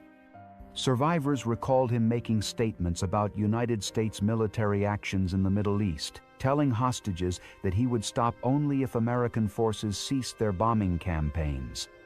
Between 2 and 3 o'clock in the morning, Mateen made calls to 911 and spoke with negotiators. In these calls, he pledged allegiance to Abu Bakr al-Baghdadi, the leader of the Islamic State, and referred to the deaths of Abu Wahib and Moner Mohammed Abu Salha as motivating factors. He also threatened that he had explosives and snipers positioned outside, though these claims were later found to be false. In later calls with police negotiators, Mateen said he was carrying out the shooting in retaliation for U.S. airstrikes in Iraq and Syria. He told a negotiator, "Tell America to stop attacking my country." Hostage negotiators spoke with him by telephone, but his threats escalated. By 4:30 in the morning, he told negotiators he intended to strap hostages with explosive vests and detonate them. Authorities then determined that negotiations were no longer viable and prepared for a forced entry. At 5:07 in the morning, an armored vehicle breached the wall of the building. Flashbang devices were deployed and officers entered. Mateen opened fire during the confrontation, and in the exchange that followed, at least 11 officers returned fire. He was shot 8 times and pronounced dead by 5:17 in the morning. His weapons were recovered at the scene, along with empty magazines.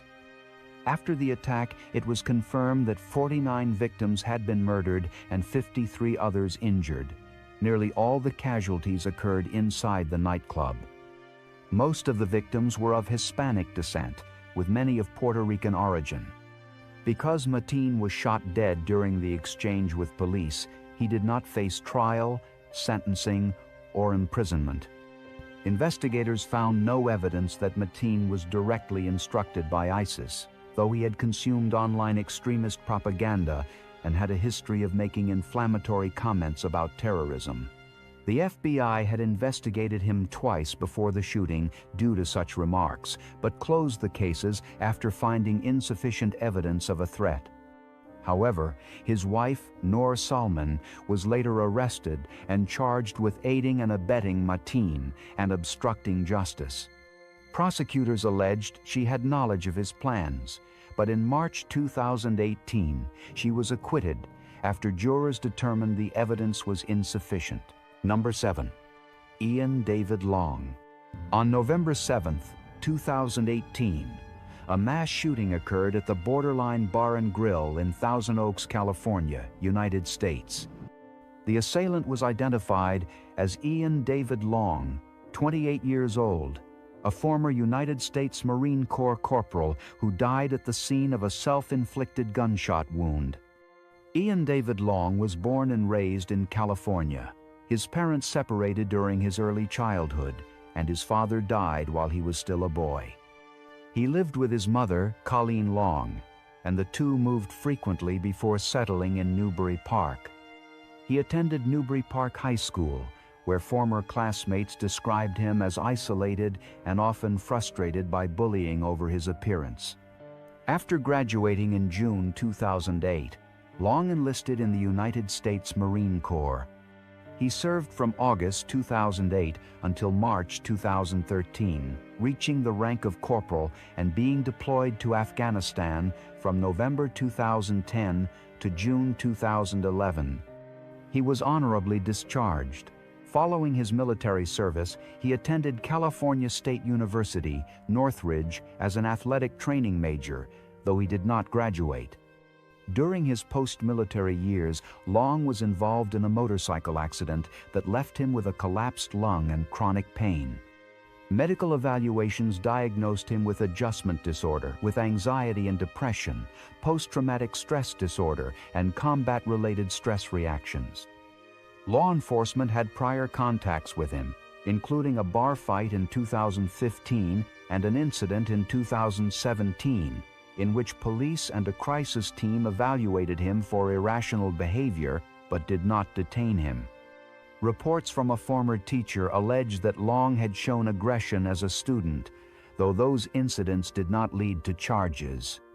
On the night of the shooting, at approximately 11:18 p.m., Long entered the Borderline Bar and Grill, which was hosting its weekly college country night, attended by students from nearby universities, including Pepperdine University, California Lutheran University, California State University, Channel Islands, and Moore Park College. He was armed with a legally purchased .45 caliber Glock 21 semi-automatic pistol, equipped with a tactical weapon, light and laser sight. He also carried 7 high-capacity magazines, totaling approximately 190 rounds, as well as a folding knife, 10 smoke bombs, and 2 fireworks. Long first shot the cashier near the entrance before opening fire on patrons. Witnesses recalled that he wore black clothing and had tattoos visible on his neck and arms. He discharged 61 rounds inside the bar and deployed smoke bombs. Some individuals managed to break windows to escape, while others hid in the bathrooms or attic. At least one survivor reported that Long briefly answered a phone call made to a patron's cell phone by their mother during the attack. He also posted short updates on Instagram and Facebook while the shooting was in progress, criticizing responses to mass shootings and referencing gun control debates. At 11:19 p.m., 2 California Highway Patrol officers nearby were alerted by fleeing patrons. By 11:25 p.m., Ventura County Sheriff Sergeant Ron Hellis entered the building with 1 officer.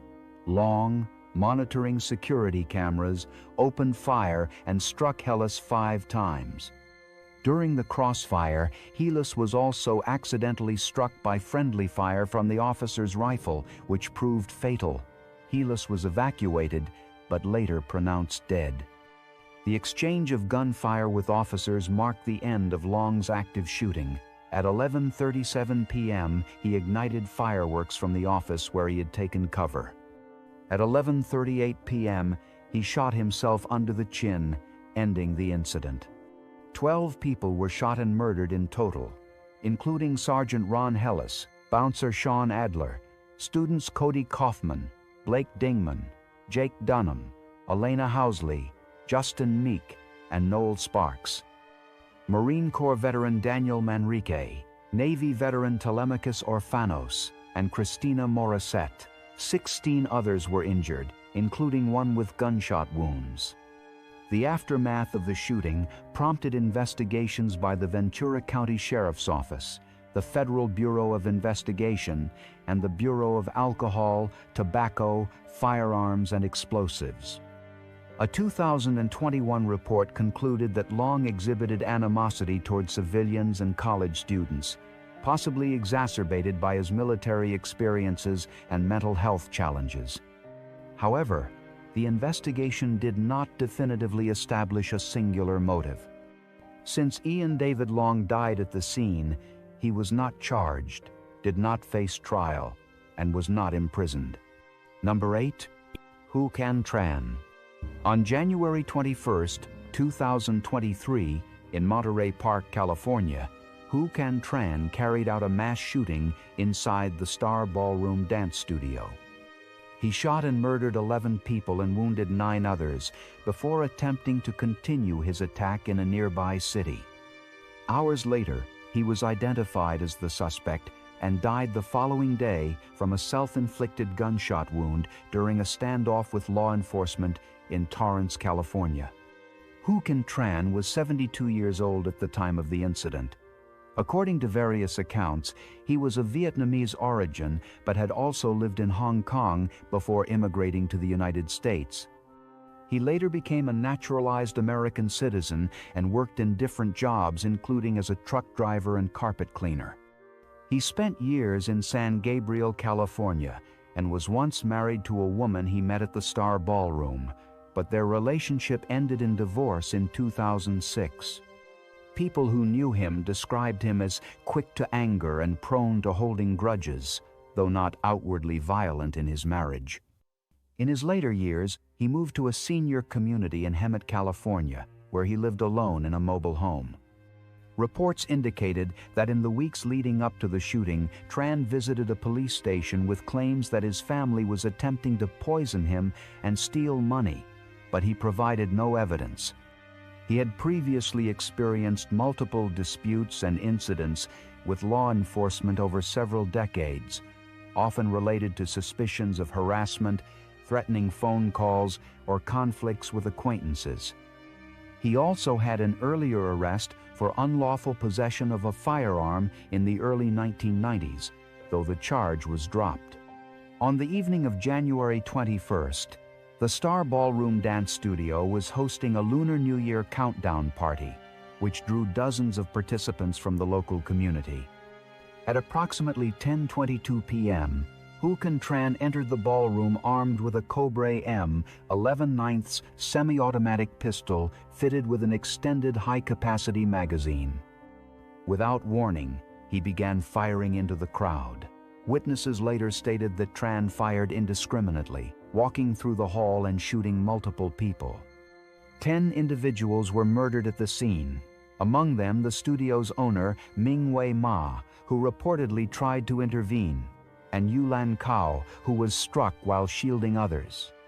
Several others were gravely wounded and transported to hospitals, where another victim later died of injuries. In total, 11 people died and 9 more were injured. Tran fled the scene and drove to the Lai Lai Ballroom in Alhambra, about 3 miles away. He entered with the intention to continue shooting, but in the lobby he was confronted by 26-year-old Brandon Zay, whose family owned the ballroom. Zay struggled with Tran, eventually managing to wrestle the firearm away. Tran then fled in a white cargo van. Zay's actions were widely credited with preventing further loss of life. Authorities quickly connected the Alhambra incident with the Monterey Park shooting. Surveillance, witness accounts, and the weapon recovered in Alhambra allowed investigators to identify the suspect as Huu Can Tran. A large manhunt began through Los Angeles County. The search extended through the night and into the following day. At one point, Tran entered a local hospital seeking treatment for injuries consistent with being in a fight. He left without receiving care, but hospital staff recognized him from photos distributed by law enforcement and notified authorities. By the following morning, at approximately 10:20 a.m., on January 22nd, officers located a white van matching the description in a Torrance parking lot. As law enforcement closed in, they heard a gunshot from inside the vehicle. SWAT units surrounded the van and, using armored vehicles and drones, confirmed that the driver was slumped over the steering wheel. Tran had died from a self-inflicted gunshot wound to the head using a Norinco handgun. The standoff ended without further casualties. Following his death, investigators searched his residence in Hemet and discovered a bolt-action rifle, hundreds of rounds of ammunition, and items that suggested he had been attempting to construct firearm suppressors. A handwritten letter in Chinese addressed to law enforcement was also recovered, though authorities have not released its contents publicly. No direct evidence was found to indicate that he targeted specific individuals at the dance halls. According to the Sheriff's Department, he had not attended the Star Ballroom in at least 5 years, though he had once been a frequent patron and instructor there. There was no legal trial, no charges filed, and no sentencing, as Huu Can Tran died before he could be taken into custody. His death concluded the case against him, and there were no appeals or court proceedings. With his death, questions about motive and final reasoning were left unanswered. He did not leave a publicly disclosed final statement, and there were no further official communications attributed to him beyond the unreleased letter discovered during the search. Number 9. James Urban Ruppert. On Easter Sunday, March 30th, 1975, in Hamilton, Ohio, 41-year-old James Urban Ruppert fatally shot 11 members of his family inside his mother's house at 635 Minor Avenue.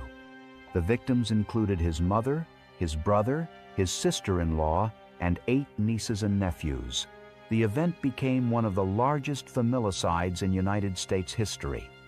James Urban Ruppert was born in Hamilton, Ohio, and grew up in a troubled household. His mother, Charity, expressed disappointment at his birth, stating she would have preferred a daughter. His father, Leonard, was known for a violent temper and offered little affection to either of his sons. Leonard died in 1946 of tuberculosis at the age of 37, leaving James 12 years old and his brother, Leonard Jr., 14. Leonard Jr. assumed the role of dominant figure in the family, often taunting James and belittling him. At 16 years old, James attempted to harm himself by hanging, but survived and returned to the family home. As an adult, James was described as quiet, modest, and bookish. He was 5 feet 6 inches tall, weighing about 135 pounds. He had no criminal record. He enrolled in college but dropped out after 2 years, eventually training as a draftsman. By 1975, he was unemployed, unmarried, and still living with his mother. He struggled with heavy drinking and carried financial debts. His brother Leonard, in contrast, had earned a degree in engineering, secured employment with General Electric, married a woman James once dated, purchased a home in Fairfield, and was raising 8 children. James was jealous of his brother's success and felt constant pressure from his mother, who threatened to evict him if he did not contribute more to household expenses. On the evening of March 29th, his 41st birthday, James was seen target practicing with a .22 caliber pistol and rifle by the Great Miami River. That night, he visited the 19th Hole Cocktail Lounge, where he confided to bartender Wanda Bishop that he was frustrated with his mother's demands and impending eviction, telling her he needed to solve the problem. He stayed until closing time at 2:30 a.m. On the afternoon of Easter Sunday, the 30th of March, Leonard Jr. and his wife Alma arrived at the Minor Avenue home with their 8 children: Leonard III, Michael, Thomas, Carol, Anne, David, Teresa, and John, ranging in age from 17 to 4 years old. The family gathered for an Easter meal, while James initially remained upstairs. Around 4 o'clock, he retrieved a .357 Magnum revolver, 2.22 caliber handguns, and a .22 caliber rifle, all loaded. He entered the kitchen, where he shot his brother Leonard Jr. in the head, then fatally shot Alma. He then turned the firearm on his mother, shooting her in the head and chest. Moving into the living room, he shot the children one by one. Butler County authorities later determined that some victims were shot multiple times to prevent escape. The attack lasted less than 5 minutes. James remained in the house for several hours. At approximately 7 p.m., he called the police and stated simply, "There's been a shooting." Officers found him waiting at the door and arrested him without resistance. The crime scene revealed 44 shots fired, 40 of which struck victims. He was charged with 11 counts of aggravated homicide. The original trial in June 1975 concluded with guilty verdicts, but procedural issues led to a mistrial. The retrial was moved to Findlay, Ohio. In July 1975, he was convicted on 11 counts of aggravated murder and sentenced to 11 consecutive life terms. Appeals followed, and in 1982 the Ohio Supreme Court granted a new trial, citing misinstruction of judges in the original case. At the 1982 retrial, a panel found him guilty of first-degree murder in the deaths of his mother and brother, while ruling him not guilty by reason of insanity in the other 9 deaths. He was sentenced to 2 consecutive life terms. At sentencing, Ruppert showed little visible emotion. He did not offer a personal apology or explanation to the court. His attorneys argued long-standing mental illness, while prosecutors suggested financial motives related to his mother and brother's combined estate of approximately $300,000. Psychiatrists testified that Ruppert suffered from paranoia and delusional thinking. He was incarcerated within the Ohio Department of Rehabilitation and Correction beginning in July 1982. He served time at the Southern Ohio Correctional Facility in Lucasville and later at Allen Correctional Institution in Lima. In June 1995, at age 61, he was considered for parole but denied. Parole hearings in 2005 and 2015 also resulted in denial, with the board citing his refusal to complete recommended programs, his negative conduct, and strong community objections to his release. In April 2015, the board stated his release would not serve justice. His next hearing was scheduled for April 2025, at which time he would have been 91 years old. In 2019, due to declining health, he was transferred to Franklin Medical Center in Columbus, a medical facility operated by the Ohio prison system. On June 4, 2022, James Urban Ruppert died of natural causes at age 88 while still incarcerated. Number 10. Michael Kenneth McClendon. On March 10, 2009, 28-year-old Michael Kenneth McClendon carried out a mass shooting in southern Alabama that left 10 people dead and 6 others wounded across the towns of Kinston, Sampson, and Geneva. It remains the deadliest mass shooting in Alabama's history. McClendon was born in September 1980 in southern Alabama to Lisa McClendon and her husband. Following his parents' divorce, he was largely raised by his maternal aunt and uncle, Phyllis and James White, in Sampson. Known as a quiet student, he performed well academically and graduated from high school in 1999. Though he once pursued careers in law enforcement and the military, he failed to qualify for the U.S. Marines and dropped out of basic training at the State Police Academy after only a week and a half. Over the years, he held short-term jobs, including work at a warehouse, a sausage plant, and a poultry facility. He had previously filed a lawsuit against one employer, but did not maintain stable employment. He worked at Reliable Products in Geneva in 2003 and later at Kelly Foods in Elba, where he resigned abruptly just days before the shootings. He lived with his mother in Kinston and was unmarried at the time of the attack. Shortly before his death, McClendon wrote a note expressing deep resentment toward his family and frustration about his work life. He complained that his mother's relatives had not supported them, mentioned disputes over a family Bible, and detailed grudges against past co-workers, though none of those named in the note were among his eventual victims. The attack began at approximately 3:30 in the afternoon on March 10th at his mother's house in Kinston, a small community of about 500 residents. McClendon shot and murdered his mother, 52-year-old Lisa White McClendon, as well as the family's 3 dogs. He then set fire to the home. He shot all of them in the head before leaving the scene in his vehicle. He next drove to Sampson, a nearby city of about 2,000 people, and arrived at the home of his uncle, 55-year-old James White. On the porch of the house were James, his daughter, 34-year-old Tracy Wise, her son, 15-year-old Dean Wise, and a neighbor, 31-year-old Andrea Myers, along with her infant daughter. McClendon opened fire, shot and murdered James White, Tracy Wise, and Dean Wise. He also shot Andrea Myers and her 18-month-old daughter Corinne, leading to their deaths. Andrea's infant daughter Ella, 4 months old, was wounded but survived. Andrea's son, 4-year-old Josh, was inside the house at the time and was unharmed. McClendon's aunt, Phyllis White, was also inside and survived. From there, McClendon went next door and shot his 74-year-old grandmother, Virginia White, dead inside her home. He then continued his attack by driving through Sampson and shooting at random targets. At a local gas station, he shot and murdered 43-year-old attendant Sonia Smith. Soon afterward, he shot 51-year-old motorist Bruce Malloy, who was passing by.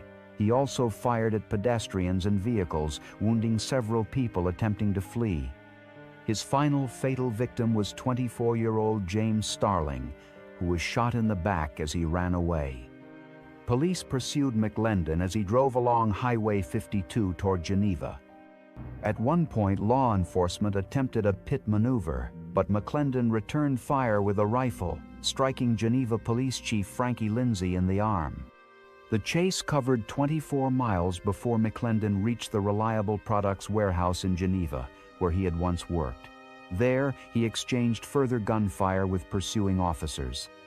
At approximately 4:17 in the afternoon, the shooting spree came to an end when McClendon decided to harm himself, leading to his death inside the Reliable Products building.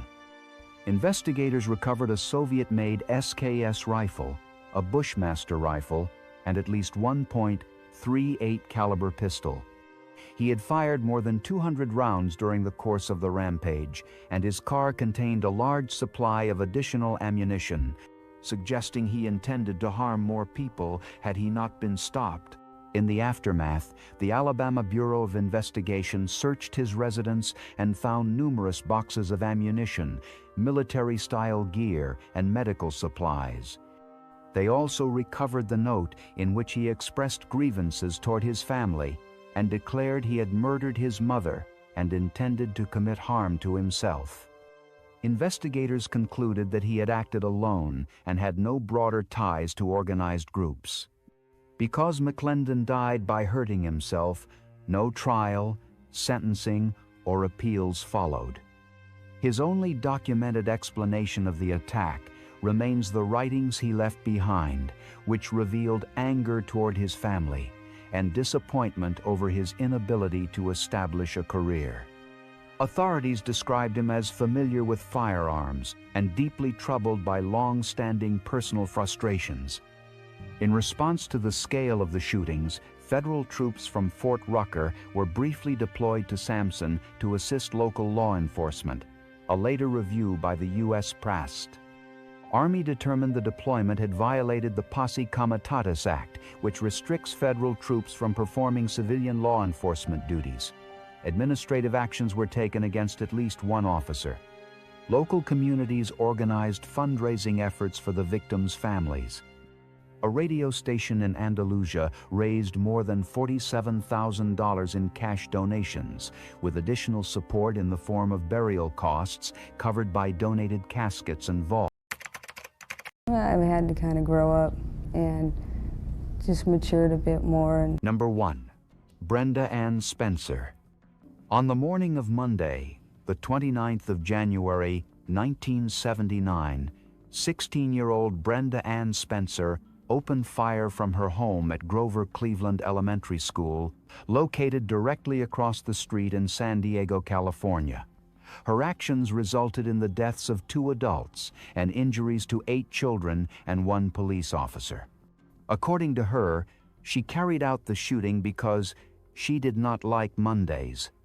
At the time of the shooting, Brenda Spencer was a student at Patrick Henry High School. She lived with her father in a small, cluttered home filled with empty alcohol bottles. According to later reports and statements, she slept on a single mattress with her father on the living room floor. Spencer's background was troubled. She had been referred to a facility for students with behavioral issues, had multiple run-ins with police for vandalism and truancy, and had previously been arrested for shooting out windows at the same elementary school with a BB firearm. In December 1978, a court ordered psychiatric evaluation and recommended hospitalization for depression. Her probation officer supported the recommendation. However, her father refused to authorize inpatient care. Instead, for Christmas that year, he gave her a Ruger 10-22 semi-automatic rifle with a telescopic sight and 500 rounds of ammunition.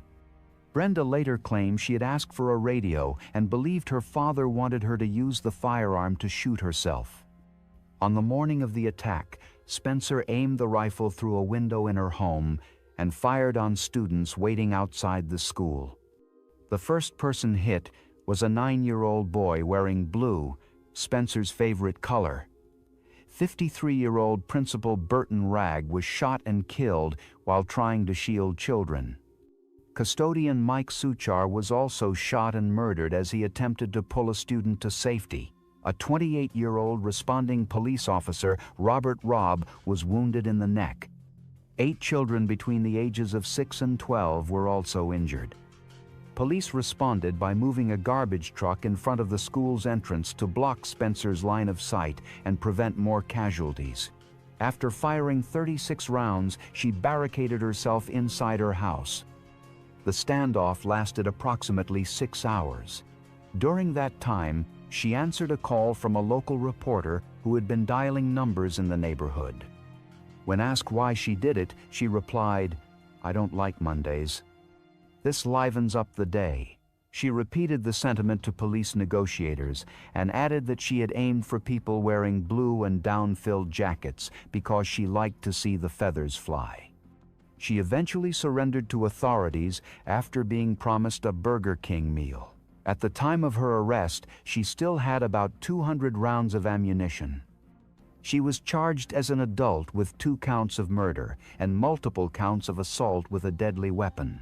On the 4th of April, 1980, the day after her 18th birthday, she pleaded guilty and was sentenced to 2 concurrent terms of 25 years to life in prison. 9 attempted murder charges were dropped as part of the plea deal. During her initial parole hearings beginning in 1993, Spencer stated she had been tired and had hoped police would shoot her. She later introduced new claims, including that her father had abused her and forced her to share his bed. He denied all allegations.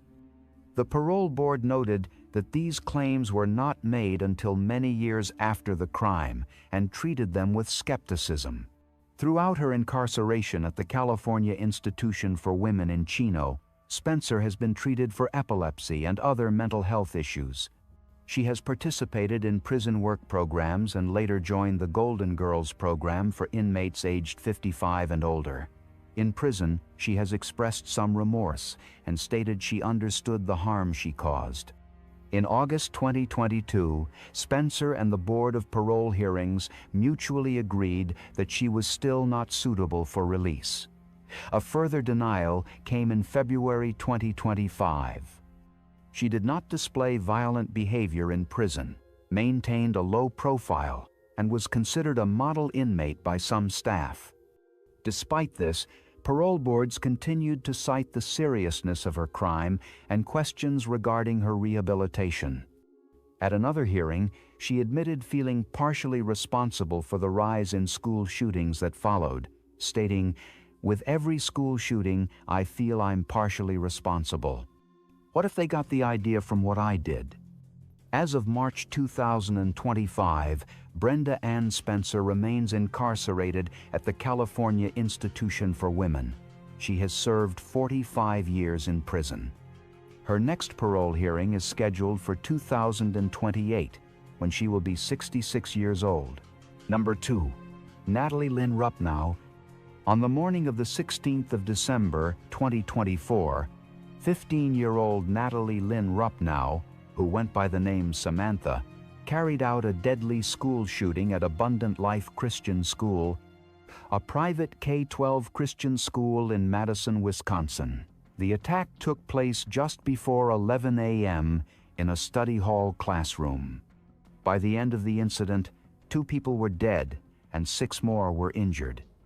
Rupnow was a student at the school. That Monday, she had arrived on campus as usual. According to officials, she waited nearly 3 hours into the school day before carrying out the shooting. The Madison Police Department received the first 911 call at 10:57 a.m., made by a second-grade teacher inside the building. Police and emergency responders arrived at the scene within minutes. Officers found the shooter by 11:05 a.m., unresponsive from a self-inflicted gunshot wound. She was pronounced dead while being transported in an ambulance. The attack occurred in a study hall classroom that included students of mixed ages. Witnesses later told police that students followed lockdown procedures as previously drilled. Investigators found that Rupnow had used a 9mm Glock 19 during the shooting, though she had brought 2 handguns with her to school, one of which was a .22 caliber Sig Sauer P322. She also carried 5 9mm magazines, 3.22 caliber magazines, and an unopened box of 9mm ammunition. She wore a black shirt with a bullseye printed on it. A total of 21 shell casings were recovered from the scene. In the initial hours, police mistakenly reported 5 fatalities, later correcting the number to 3, 2 victims and the shooter. The confirmed victims were 42-year-old teacher Aaron West and 14-year-old student Ruby Vergara. 6 others were injured. 2 were listed in critical condition, while others were treated for non-life-threatening injuries. 2 of the victims were released from SSM Health Street, Mary's Hospital, the same evening.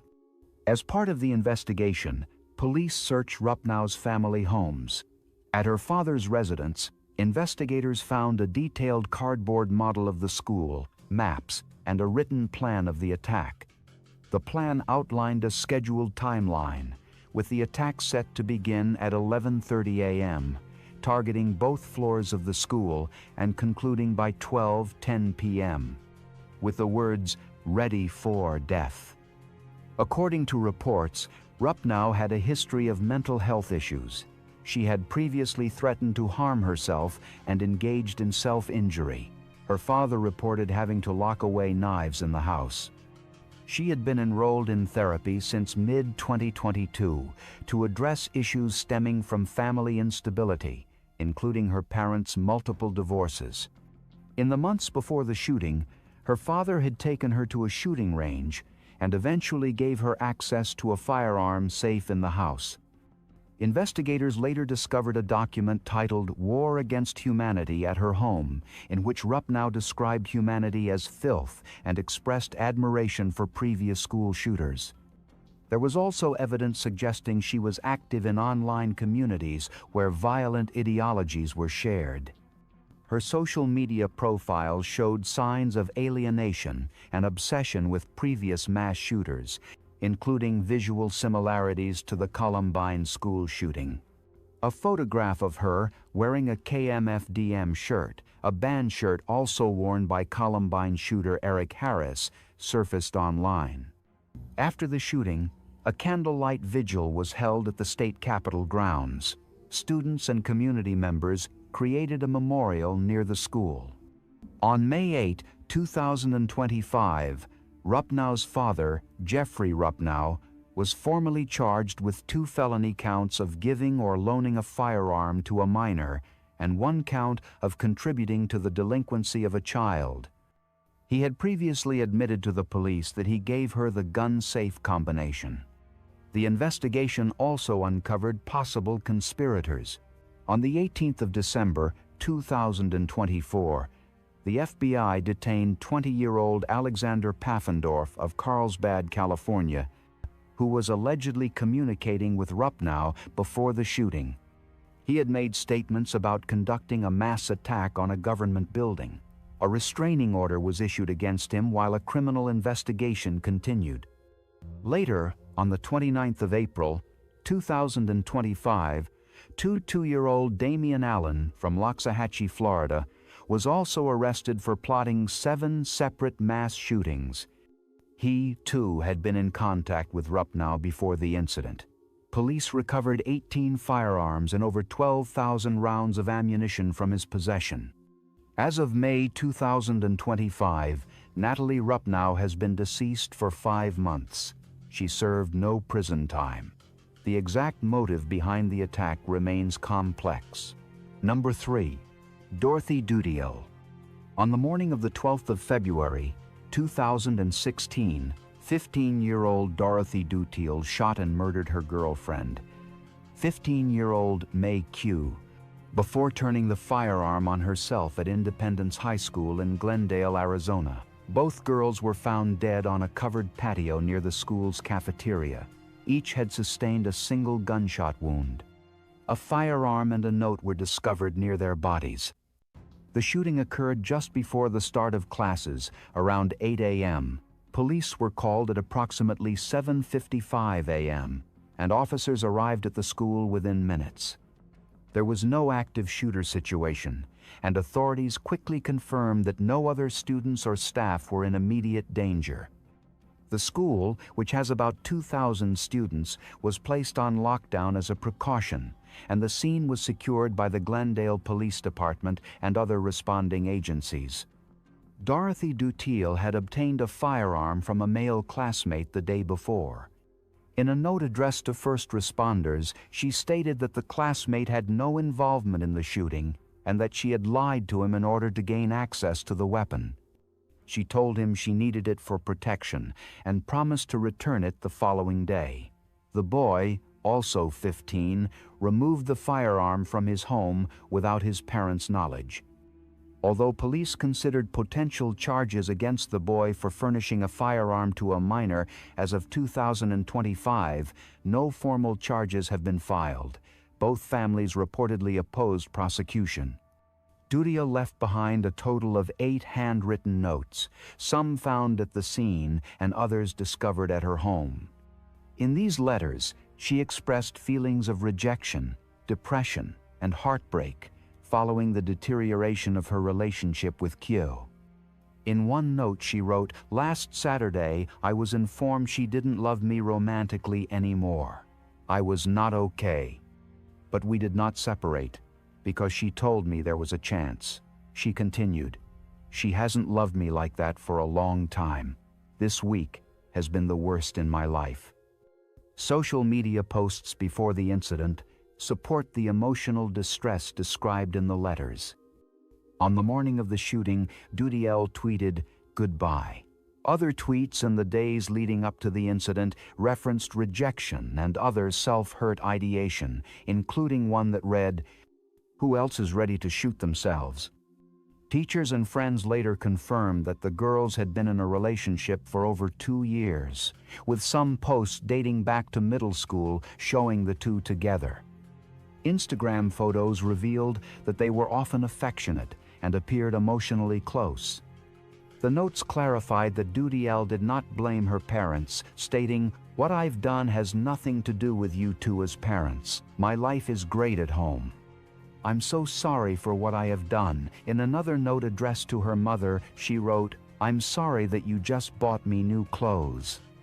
The murder shooting occurred in an isolated location on campus. According to Glendale police, there were no witnesses to the shooting, and surveillance footage was limited in that area. Officer Tracy Breeden stated that the bodies were found under a covered patio near the cafeteria with the firearm lying between them. Mei Q was identified publicly by her older sister, Fong Q, a science teacher at the same high school.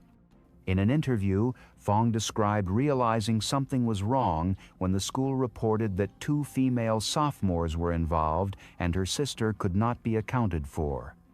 She was escorted by school staff and informed in private that her sister had died. The male student who supplied the firearm was not prosecuted, and his identity remains publicly undisclosed due to his age at the time. The case continues to be referenced in discussions surrounding teen mental health, relationship violence, and access to firearms among minors. The campus community and families involved have not made public appearances since shortly after the event. The school has since implemented additional counseling services and mental health resources. Number 4. Maya Alec McKinney.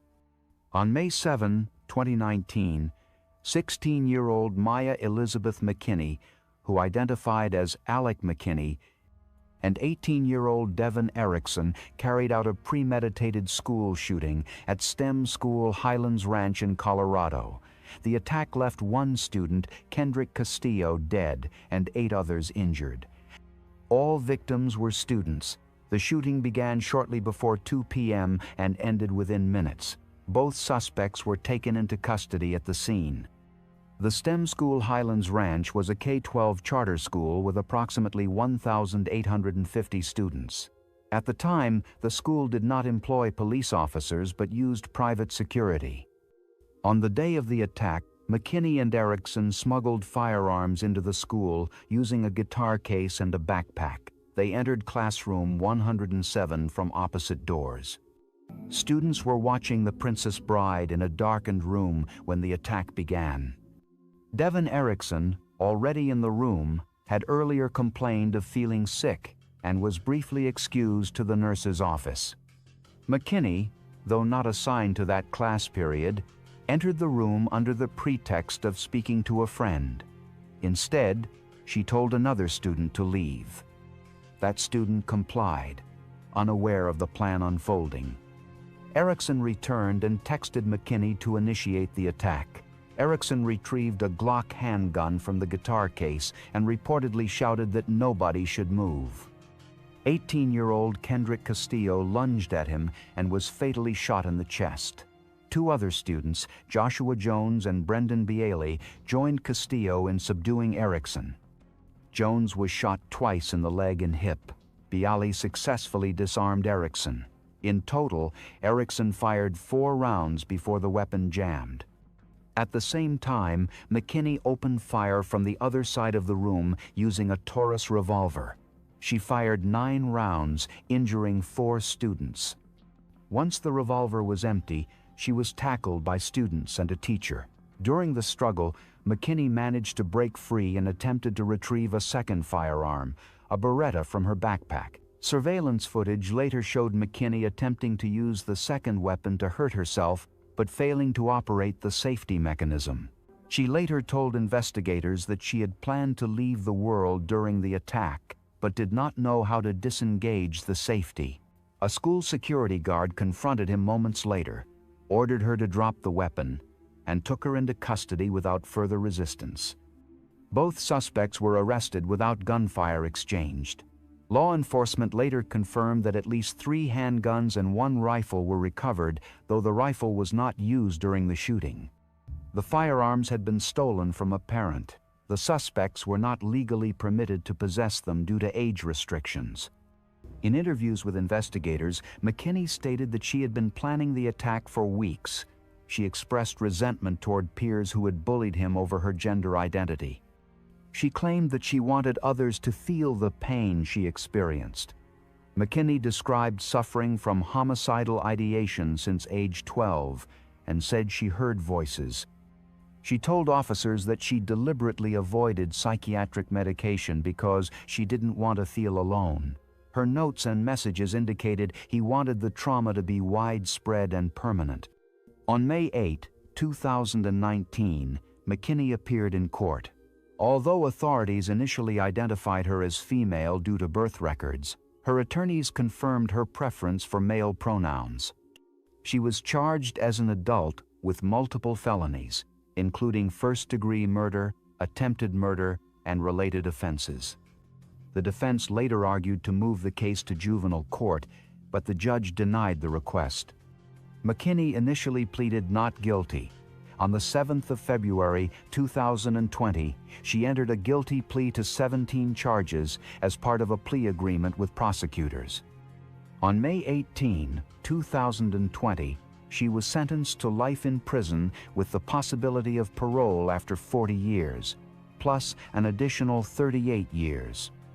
Due to her age at the time of the crime, she was not eligible for the death penalty or life without parole. If released on the earliest eligible date, she would be at least 56 years old. As of May 2025, she has served 6 years in prison. During Devin Erickson's 2021 trial, McKinney testified against him, stating that they had jointly planned the shooting. She claimed that videos showing her threatening Erickson were staged as part of an agreed-upon plan to portray Erickson as a coerced participant.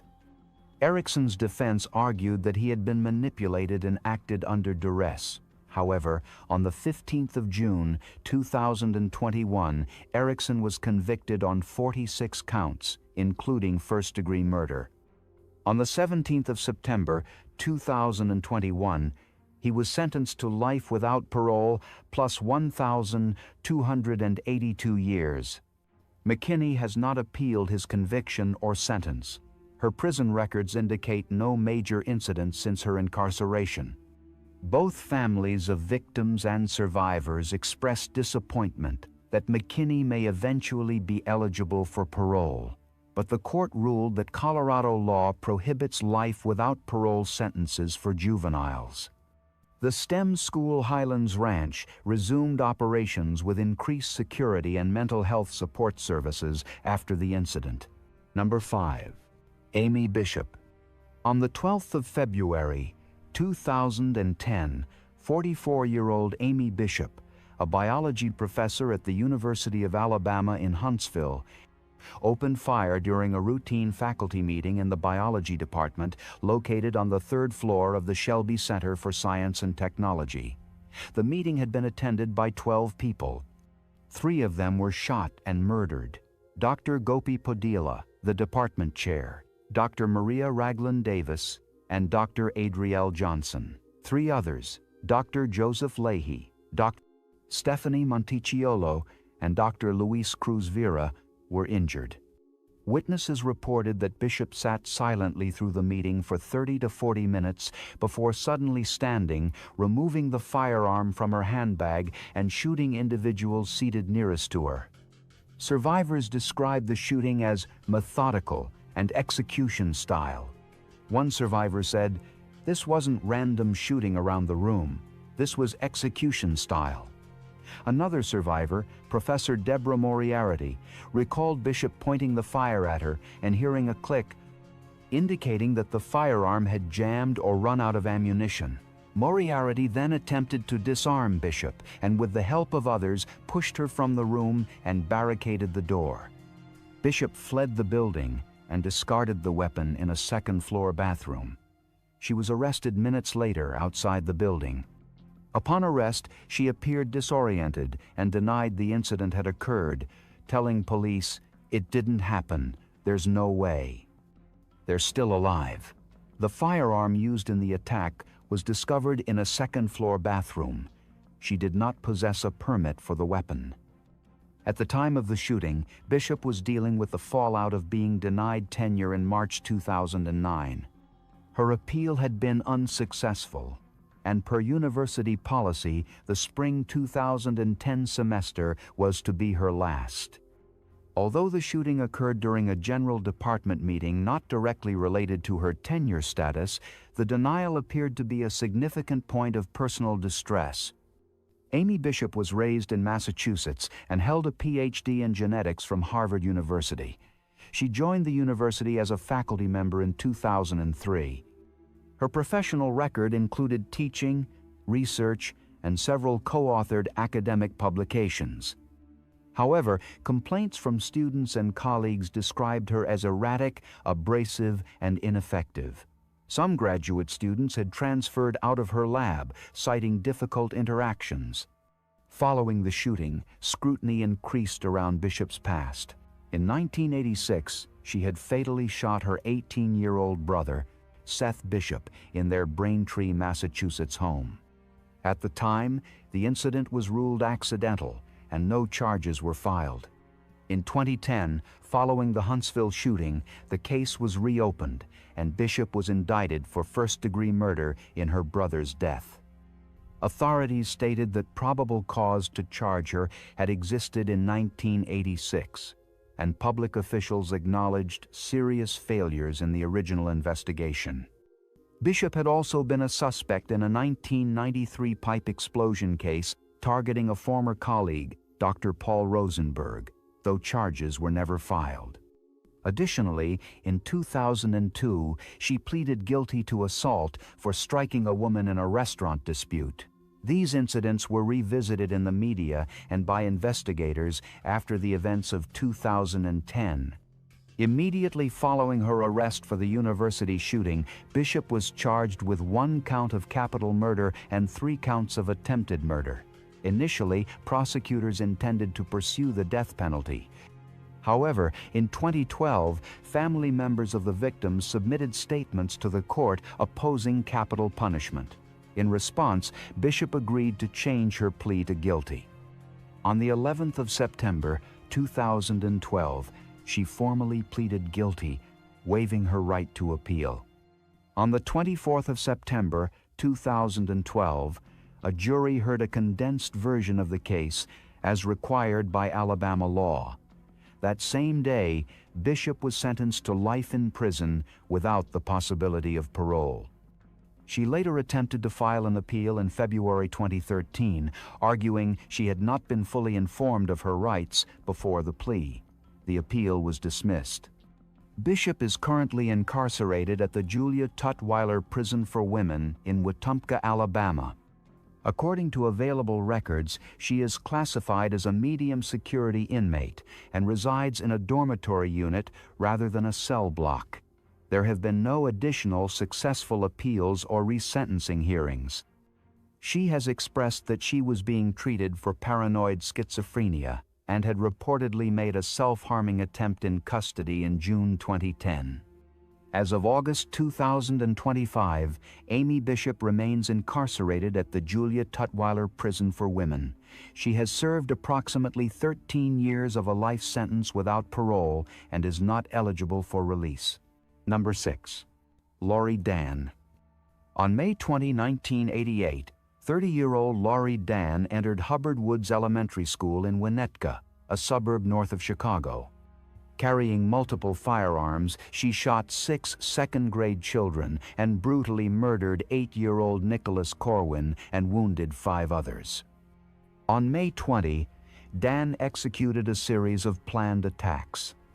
That morning, she delivered food and drink laced with poison to several acquaintances and institutions, including fraternities, private homes, and families where she had previously babysat.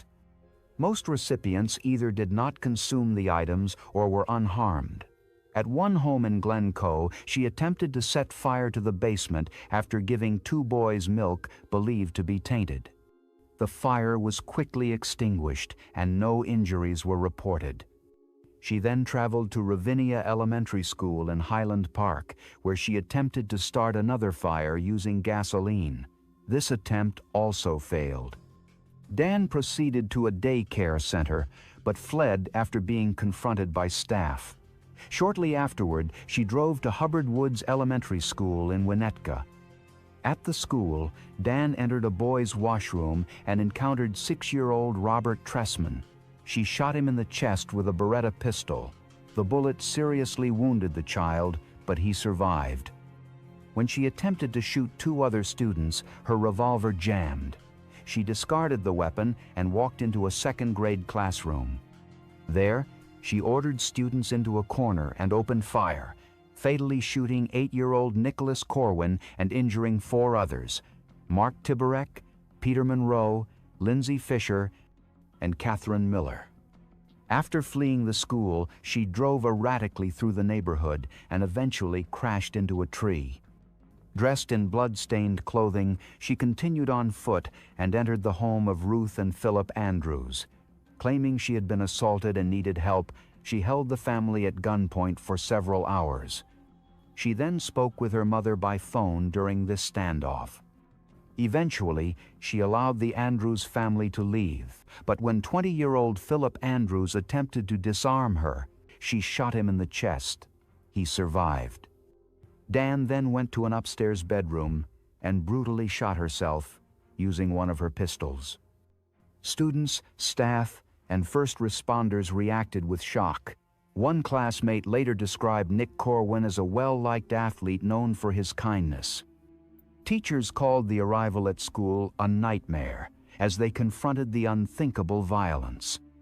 Dan's motive remains complex. She had a long history of mental illness.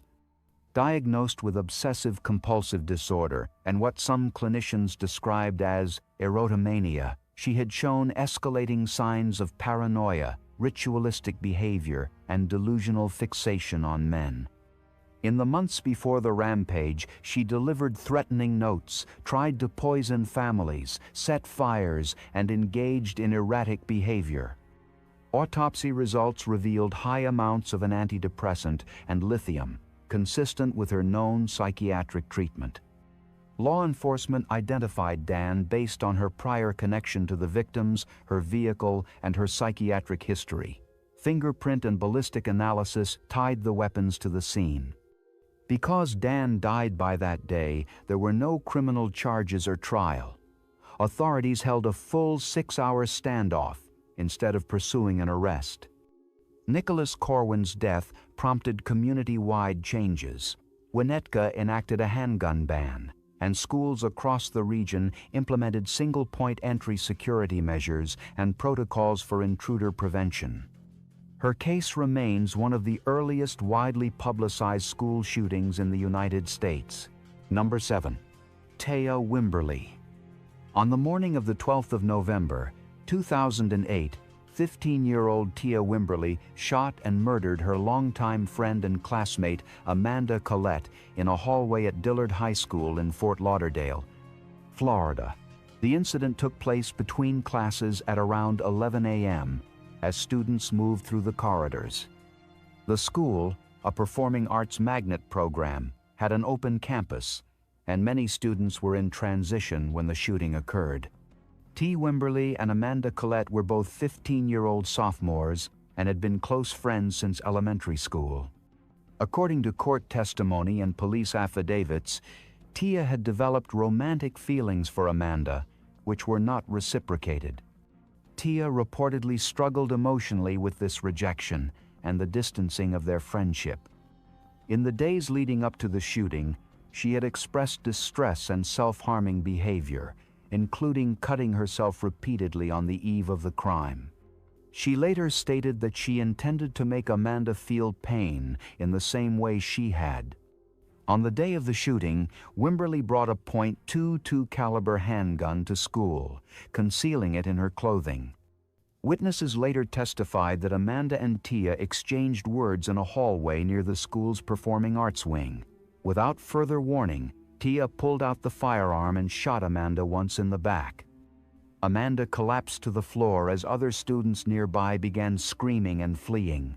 The school went into lockdown, and emergency responders were called to the scene. Tia did not remain at the school. She left the campus on foot and walked to a nearby seafood restaurant, where she used a phone to call the police. When officers arrived, she calmly surrendered and confessed to the shooting. According to an affidavit written by Fort Lauderdale police officer Mark Shotwell, Tia admitted to bringing the firearm to school with the intention of confronting Amanda. She expressed during questioning that she wanted Amanda to feel pain like she did. Amanda Collette was transported to a nearby hospital but was pronounced dead shortly after. The fatal shooting sent shockwaves through the school community, and a memorial service was held the next morning on campus. Students gathered in prayer, wore black, and brought flowers and tributes to honor Amanda's life. Wimberly was arrested and charged with first-degree murder and discharging a firearm on school property. Prosecutors decided to charge her as an adult despite her age. Her defense attorney, Larry S. Davis, later attempted to pursue an insanity defense at trial, citing a history of mental health struggles, childhood trauma, and emotional instability.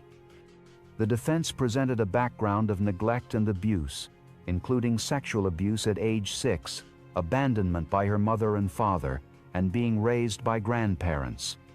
Her father was at the time serving a 25-year sentence for attempted murder. When she came out as a lesbian, she faced rejection from many family members, further deepening her isolation. In December 2009, a Broward County jury rejected the insanity defense and convicted her of second-degree murder. During sentencing hearings in January 2010, the prosecution requested a 25-year sentence, while the defense pleaded for a 6-year placement in a high-risk juvenile facility. The presiding judge, John Murphy, ruled in favor of the prosecution's recommendation and sentenced Wimberly to 25 years in adult prison. During the sentencing hearing, Wimberly read a handwritten letter in court, expressing remorse and apologizing to Amanda's mother, Joyce Collette. She also apologized to her own family, expressing shame and regret for the grief and disappointment she had caused. After her sentencing, Wimberly was transferred to Lowell Correctional Institution, a women's prison in Ocala, Florida. She was 16 years old at the time of her incarceration. As of August 2025, Tia Wimberly remains incarcerated. She has served over 15 years of her 25-year sentence. She was 15 years old at the time of the crime. She will be approximately 40 years old at the time of her scheduled release if she serves her full term without parole. Number 7. Audrey Elizabeth Hale. On March 27, 2023, 28-year-old Audrey Elizabeth Hale entered the Covenant School, a Presbyterian Church private elementary school in Nashville, Tennessee, and opened fire, murdering 6 people.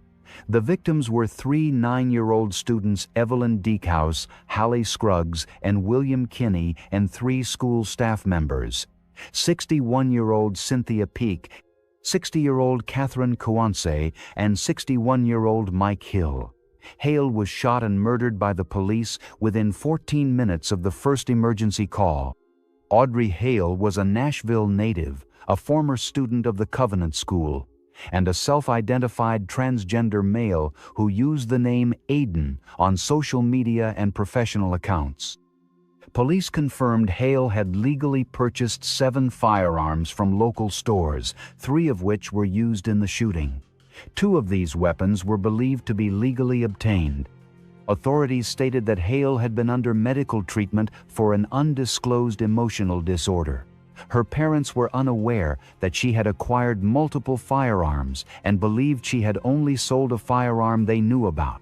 Police chief stated that she was under doctor's care for an emotional disorder, but no further details about the diagnosis or treatment were made public.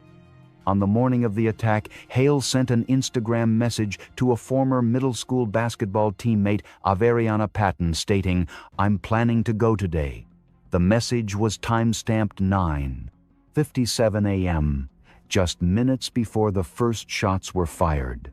Patton alerted police, but the attack had already begun by the time law enforcement could respond. Surveillance footage later released by police showed her arriving at the school in a gray Honda Fit. Dressed in camouflage pants, a white shirt, a tactical vest, and a red cap worn backwards, she approached a side entrance and shot through the glass doors to gain entry. Armed with 3 weapons and carrying over 100 rounds of ammunition, she moved through the hallways, firing at staff she had met on the way. The smoke from the firearm shots triggered the fire alarm.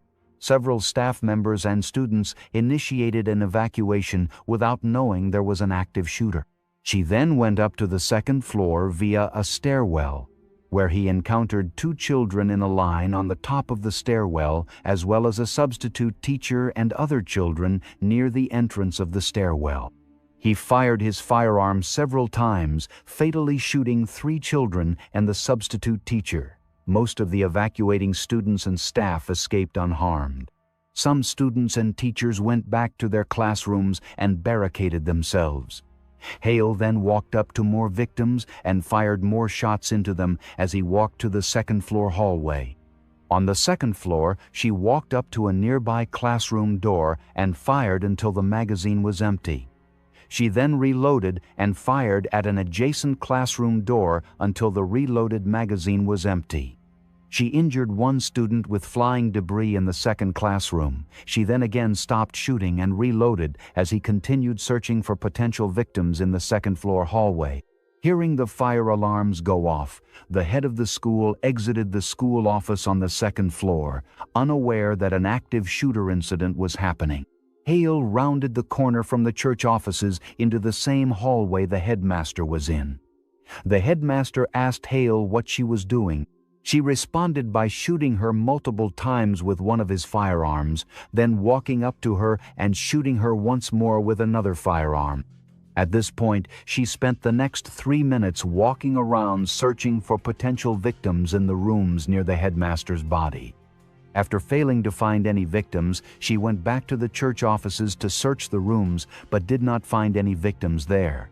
After a while, she gave up searching rooms and went downstairs to the 1st floor again. While approaching the doors to the church sanctuary, she opened fire at 2 television sets. She then turned towards the double doors leading to the pre-K and kindergarten classrooms and opened fire through the doors without shooting anyone. She walked upstairs to the 2nd floor and entered the emptied-out church sanctuary, where she fired 7 times at a stained glass window depicting Adam and Eve before leaving. She then walked by a window at the church vestibule and noticed police cars arriving. She fired at the officers outside through the window for over 2 minutes. She did not hit any police officers, but disabled 2 police vehicles. When police arrived at the scene, a teacher told an officer that the students were in lockdown and 2 were missing. Officers then entered the building.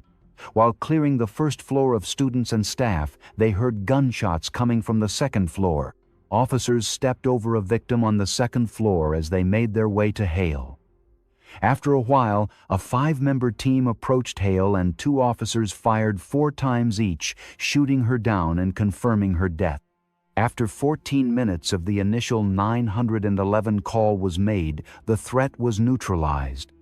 According to an autopsy report, the Hale was shot 4 times, once in the head, once in the torso, once in the left arm, and once in the right thigh.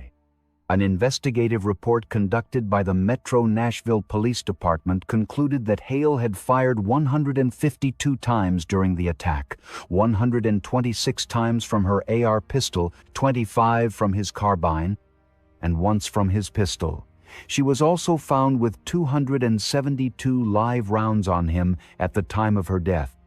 A search of her home, where she lived with her parents, uncovered more weapons, including a sawed-off shotgun, another firearm, and a manifesto. The writings included detailed maps of the school and plans for other locations. Police said Hale had considered attacking another target but decided against it due to its higher level of security. Chief Drake stated that they have a manifesto and some writings as well as a map drawn out of how her operation was all going to take place. Investigators stated Hale had resentment toward the Covenant School, possibly linked to her time there as a child. Police did not confirm a definitive motive, but said her past connection to the school likely played a role in her selection of the target. The victims appeared to be chosen at random once inside the building. As part of the investigation, the FBI assisted with the analysis of Hale's digital footprint. Her social media accounts and digital files revealed disturbing themes, including violent artwork and a fascination with mass shootings. On her website and LinkedIn profile, Hale described herself as a graphic designer and illustrator. Her work included eerie and violent imagery, including references to horror films like The Shining. One piece was captioned, "To be a kid forever and ever." Hale's family, including her mother Norma Hale, an outspoken advocate for firearm control, expressed shock and sorrow. The Hale family requested privacy and did not publicly comment further on the writings or motivations behind the attack. Because Hale was murdered at the scene by police, no trial or legal proceedings followed. There was no opportunity for defense or prosecution. The manifesto and investigation findings were reviewed internally by law enforcement and intelligence agencies, but the full contents of the manifesto have not been publicly released as of May 2025. Debates continue regarding whether or not to publish its contents. As of May 2025, Audrey Hale has served no years in prison, having died on the day of the shooting. Number 8. Elizabeth Catherine Bush. On the 7th of March, 2001, 14-year-old Elizabeth Catherine Bush brought a .22 caliber revolver to Bishop Neumann Jr. Senior High School in Williamsport, Pennsylvania, and opened fire in the school cafeteria during lunch. The shooting occurred around noon in front of approximately 120 students. One student, 13-year-old Kimberly Marchese, was struck in the shoulder. She survived, but required surgery and extensive medical care for nerve damage. Bush fired 2 shots inside the cafeteria. According to witness accounts, the first shot was toward the ceiling, the second toward the floor. That second bullet ricocheted off the ground and struck Marchese in the shoulder. Moments later, Elizabeth continued to shout, expressing self-thoughts and emotional distress. As she raised the firearm toward her own head, another student, 14-year-old Brent Pough, approached her. Pough recognized Bush from riding the same school bus. Despite being ordered by the school principal to stay back, he calmly began talking to Elizabeth. After a tense few moments, she placed the weapon on the floor. Pough then quickly kicked it away. His actions were later praised by law enforcement as both courageous and instrumental in preventing further harm. Police were called immediately and responded within minutes. Elizabeth Bush was taken into custody at the scene without incident. She was charged as a juvenile with attempted homicide, aggravated assault, and related weapons offenses. According to investigators, the firearm had been taken from Bush's home, but authorities did not disclose who legally owned the weapon. Interviews with students and staff revealed that Bush had been experiencing severe bullying and social isolation. According to statements by her attorney and teachers, Bush had been the target of repeated name-calling and derogatory comments by classmates. School records noted that she was often withdrawn, depressed, and paranoid. She had transferred to Bishop Neumann from another school in hopes of a new start, but the bullying reportedly continued. Kimberly Marchese was one of the few students who had previously befriended Bush, though the two had reportedly been in conflict before the shooting. In a later interview, Bush described the moment as a breakdown. "There was a deep part of me that just exploded." She said she did not intend to murder anyone, but rather to express the pain she felt from years of social rejection. When her attorney met with her after the arrest, Bush's first question was whether the injured student was going to be okay. She was relieved to hear the injury wasn't life-threatening. According to her parents, Elizabeth was a deeply religious and gentle child who had once aspired to become a nun. Her bedroom displayed posters of Mother Teresa and Martin Luther King Jr. Her father said they often remarked how lucky they were to have such a kind-hearted daughter.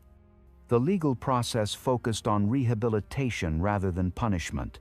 Elizabeth Bush pleaded guilty to the charges and was not tried as an adult. The court sentenced her to an open-ended commitment in a juvenile psychiatric facility, with regular evaluations to assess her progress and mental stability. Because she was placed in a juvenile psychiatric facility rather than sentenced to prison, and her case remained sealed under juvenile confidentiality laws, her current status and location are not publicly disclosed. However, she would be 38 years old today. 2. Jalen Freiberg. Jalen Freiberg was 15 years old at the time of the shooting at Marysville-Pilchuck High School in Washington. He was a freshman, a member of the Tulalip Native American tribe, and had recently been crowned homecoming prince. Freiberg was a football and wrestling team member and was described by peers as popular and outgoing. He had also been recently suspended following a physical altercation on the football field, reportedly provoked by racist comment. Despite his public image, Freiberg had shown signs of emotional turmoil on social media, including a series of troubling tweets hinting at heartbreak and mental distress. Classmates and friends later shared that he had shown signs of emotional distress, particularly in relation to romantic rejection and family tensions involving a girl who was dating his cousin. On the morning of the 24th of October, 2014, Jalen invited a group of friends and some close relatives to meet him for lunch via text message. He urged some of the students to skip their classes to be with him at lunch. Among them were Andrew Freiberg and Nate Hatch, his cousins and 3 classmates, Shaylee Chuckle-Nasket, Gia Soriano, and Zoe Galasso. Minutes before he carried out the shooting, he reportedly sent a group text message to his family and the families of his would-be victims. In it, he apologized for his actions and laid out plans for his funeral, indicating that he had premeditated the event. At approximately 10:39 a.m., Freiberg entered the school cafeteria, where the invited group was seated at a table. Witnesses reported that he walked up calmly, exchanged brief words, and then produced a Storm firearm legally owned by his father. He began firing without warning, targeting only those at that table. Each victim was shot once in the head. Eyewitnesses described that he carried out the shooting in a calm, methodical way and having a blank stare, and stared at the victims as he shot them. He also appeared to be targeting only the table where his friends were sitting. At the time of the shooting, 7 students were seated at that table. All victims were shot. 14-year-old Zoe Galasso was pronounced dead at the scene. Andrew Freiberg, Nate Hatch, Shaylee Chuckle-Nasket, and Gia Soriano sustained critical head injuries. Students fled in panic. According to multiple reports, he then attempted to reload. At that moment, first-year social studies teacher Megan Silberberger ran into the cafeteria after hearing the shots. She made an attempt to intervene and grabbed at Freiberg's arm. Though some early reports credited her with stopping him, official statements later clarified she did not make physical contact before the final shot. Nonetheless, her approach likely disrupted his plan, as Freiberg immediately turned the gun on himself and fired a fatal shot to his head. The entire incident lasted less than 2 minutes. From 10:39 to 10:41 a.m., the first 911 call was placed by student Eric Cervantes, and the school resource officer arrived within 1 minute of the call. He confirmed 5 students were down and that the shooter was deceased. By 11 a.m., a full SWAT team and paramedics were on site.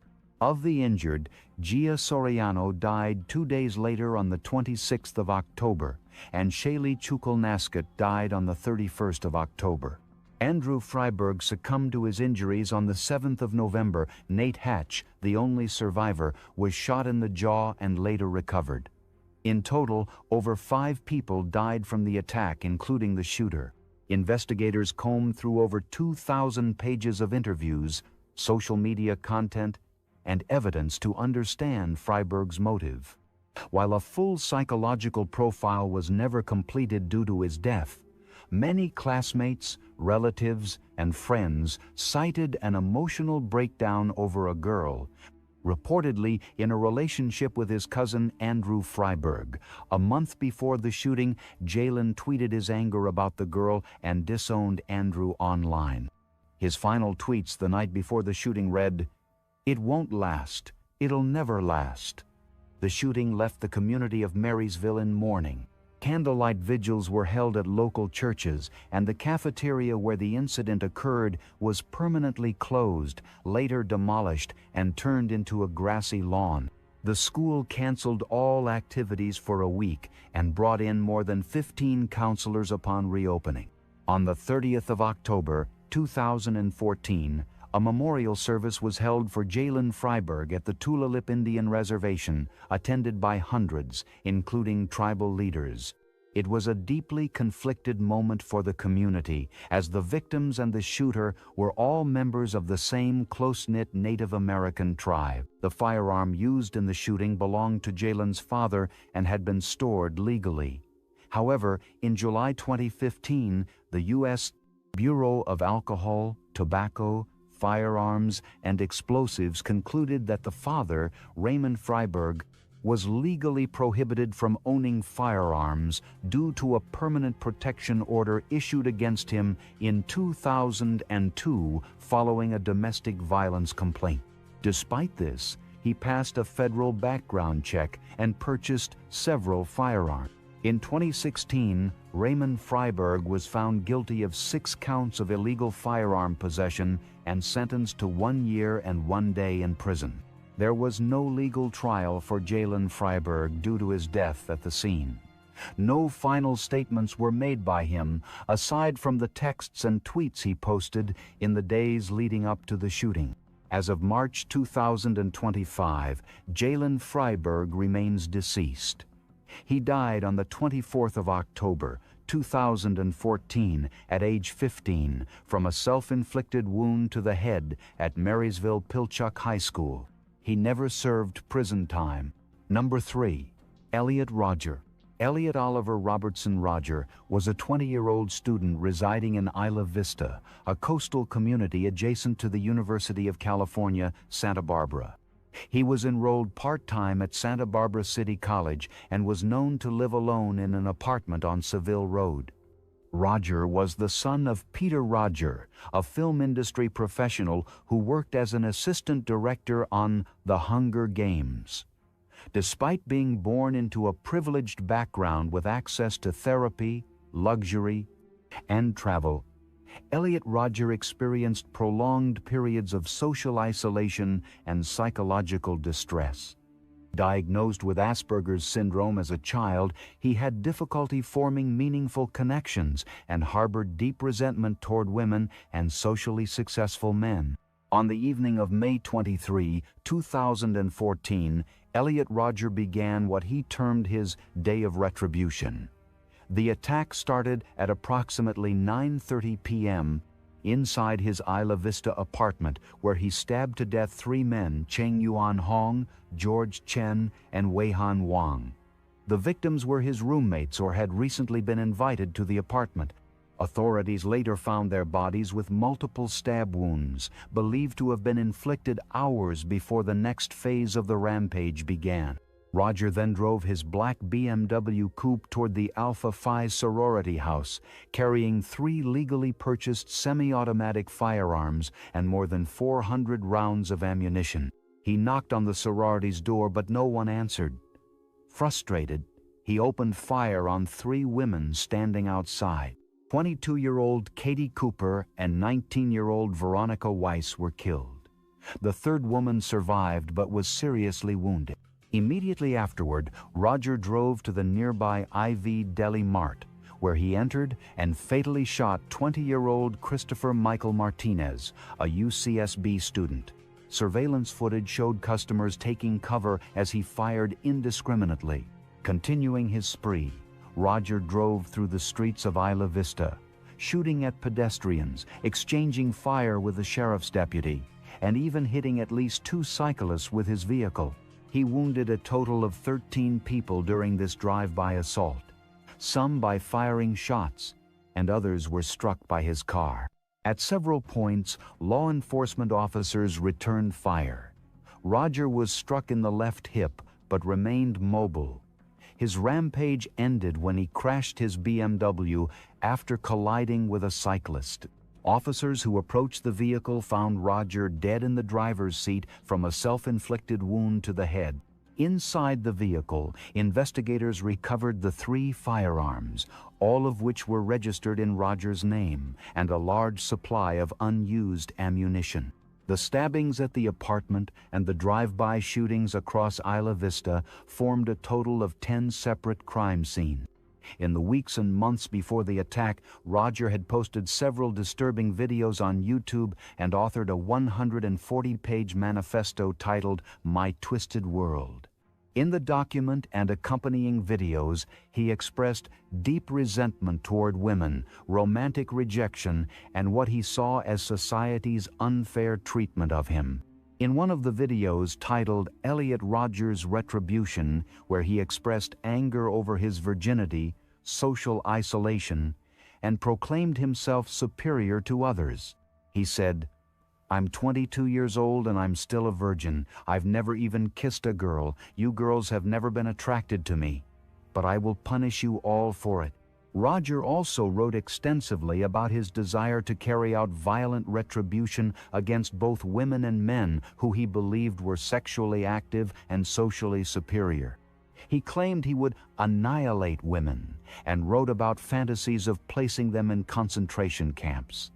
He referred to himself as the Supreme Gentleman and spoke of being a god who deserved power and sexual attention. His online history showed that he had been active on misogynistic forums such as puahate.com, a site where men discuss their frustrations with dating and women in bitter, often violent terms.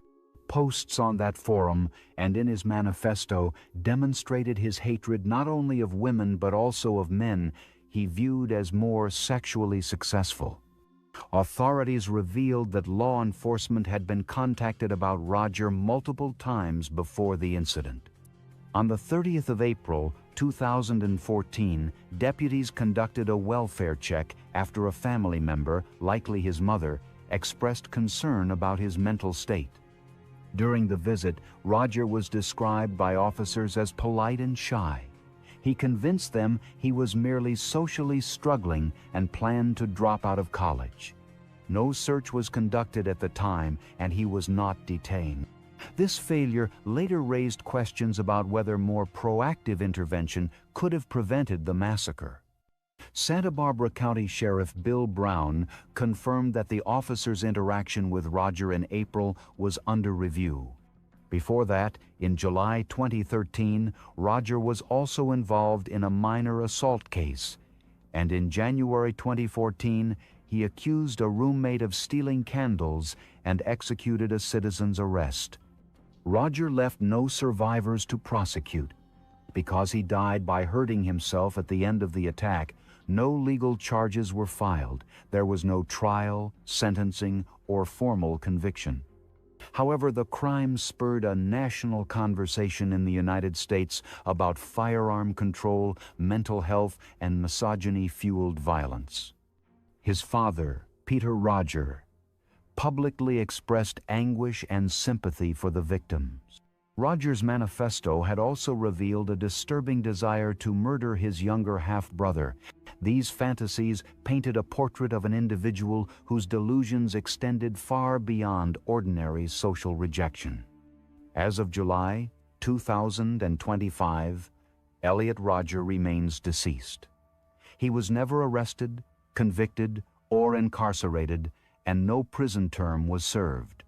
In total, 7 people died from the attack, 3 by the knife attack, and 4 by firearm shots. Also, 14 people were severely injured. Number 4.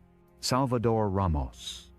On May 24, 2022, 18-year-old Salvador Ramos committed one of the deadliest school shootings in United States history at Robb Elementary School in Uvalde, Texas. Before the attack, Ramos had been living with his grandparents. He was unemployed, had dropped out of high school, and was known to spend most of his time alone at home or online. In the weeks leading up to the incident, he had been exchanging messages with a 15-year-old girl in Germany whom he met online.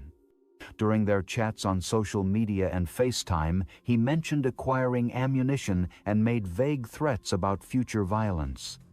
The girl later testified that Ramos seemed withdrawn, isolated, and emotionally unstable. On the morning of May 24, Ramos messaged her that he loved her and then announced he had just shot his grandmother. Moments later, he added that he planned to shoot up an elementary school, and the girl replied, "Cool." That morning, at their home in Uvalde, Ramos and his 6-year-old grandmother, Celia Gonzalez, had an argument regarding his failure to graduate from high school.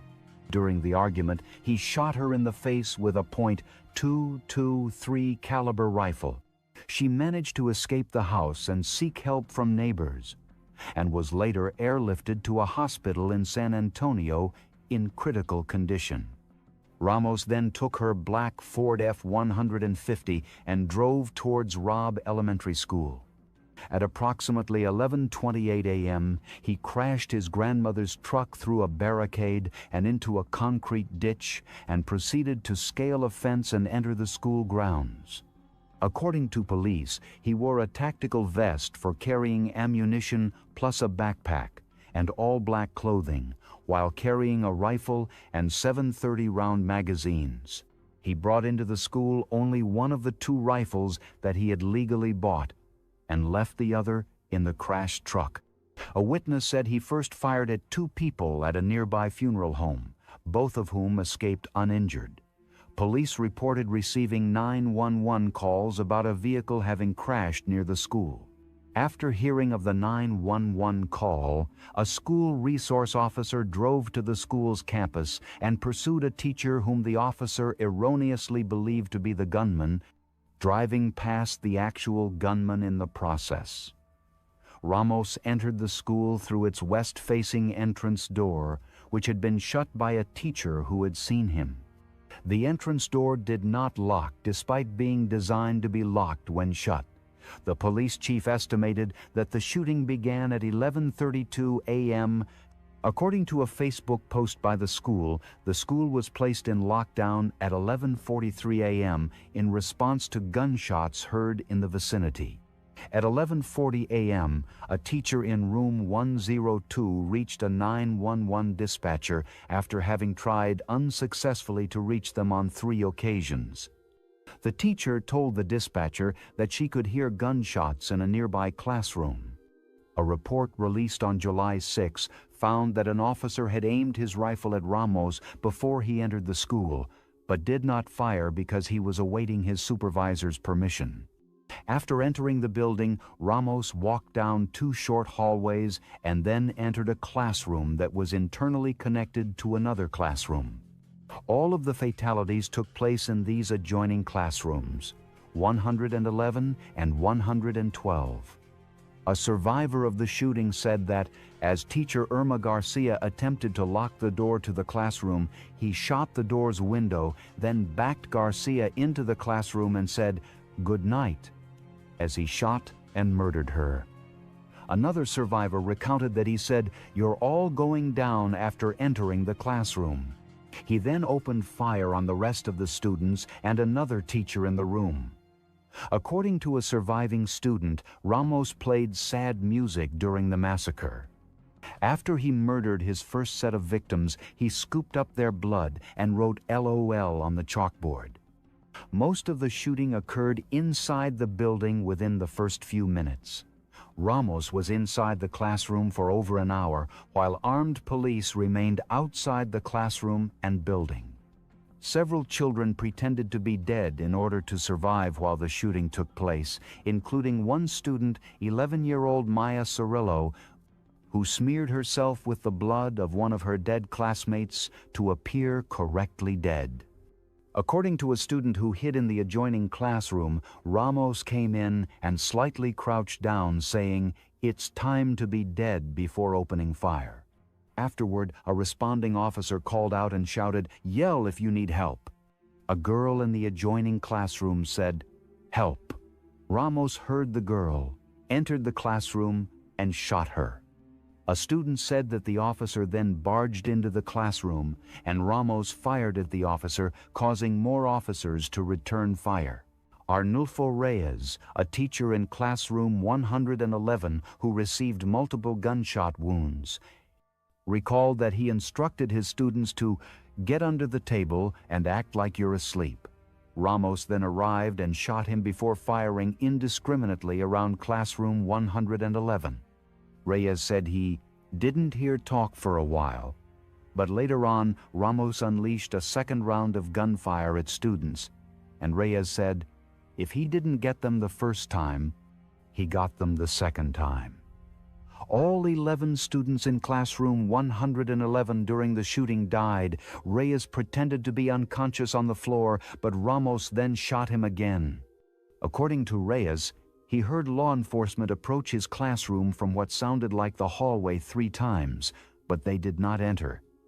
During one of these occasions, he heard a student from the adjoining classroom 112 saying, "Officer, we're in here, we're in here."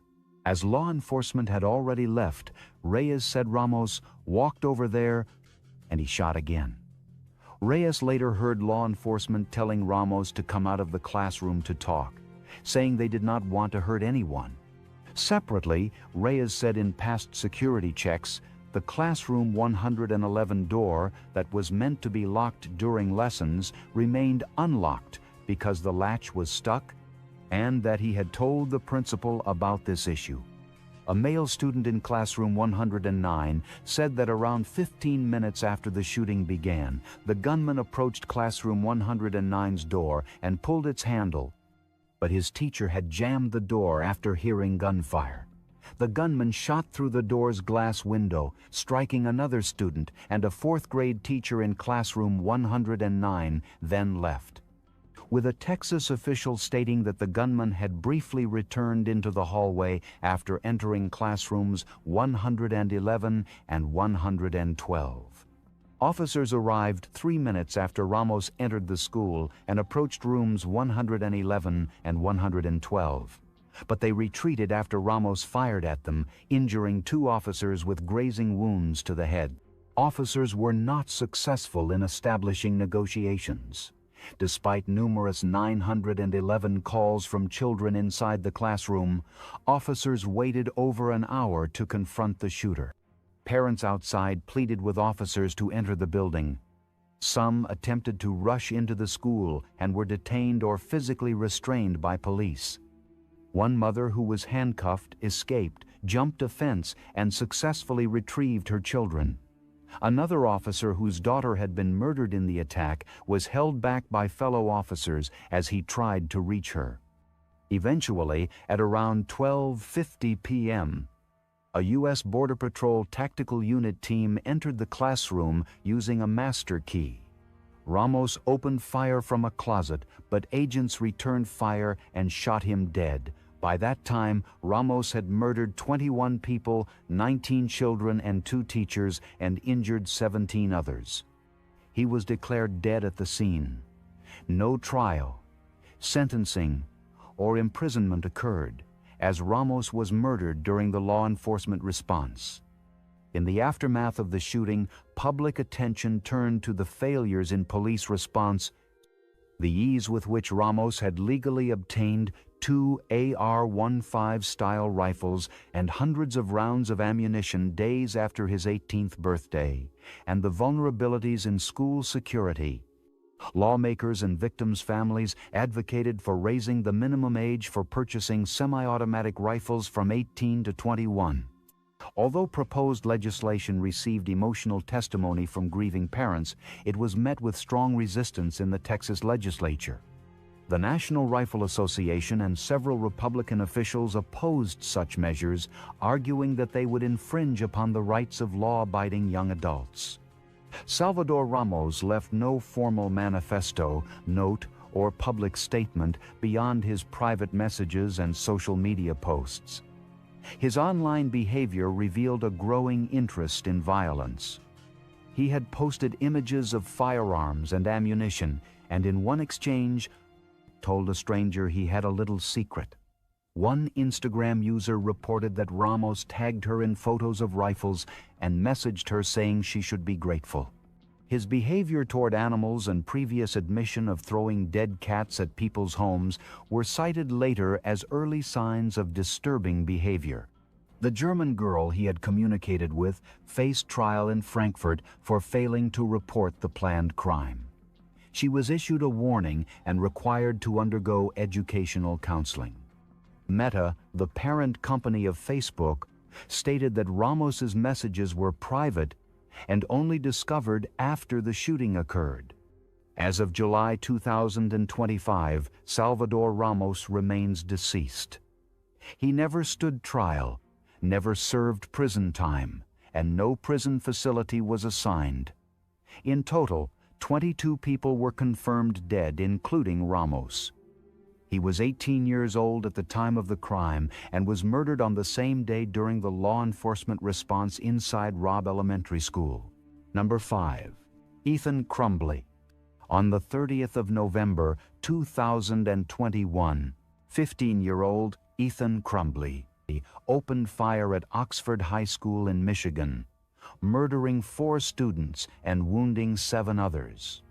His father, James Crumbley, was later arrested and charged with 4 counts of involuntary manslaughter for his role in enabling the attack. Prosecutors allege that James, then 45 years old, bought the firearm used in the shooting and failed to secure it or respond appropriately to his son's disturbing behavior in the days leading up to the crime. 4 days before the attack, on the 26th of November, 2021, James Crumbley took his son Ethan to Acme Shooting Goods, where he purchased a 9mm Sig Sauer SP firearm. Surveillance footage and purchase records confirmed this transaction. Ethan posted on Instagram that same day that he just got his new beauty today, referencing the firearm.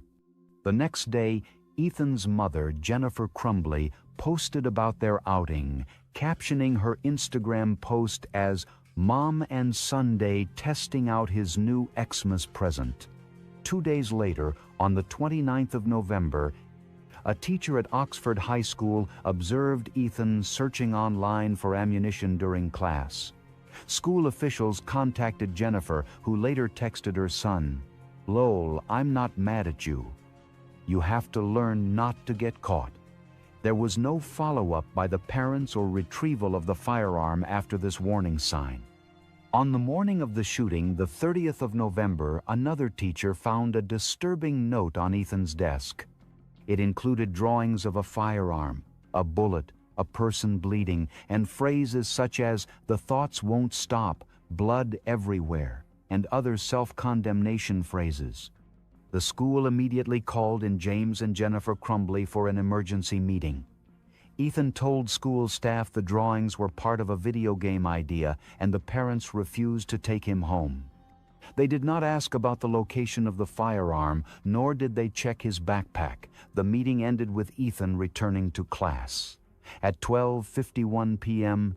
that day, surveillance footage showed Ethan Robert Crumbley entering a bathroom and exiting it about a minute later, holding a semi-automatic firearm.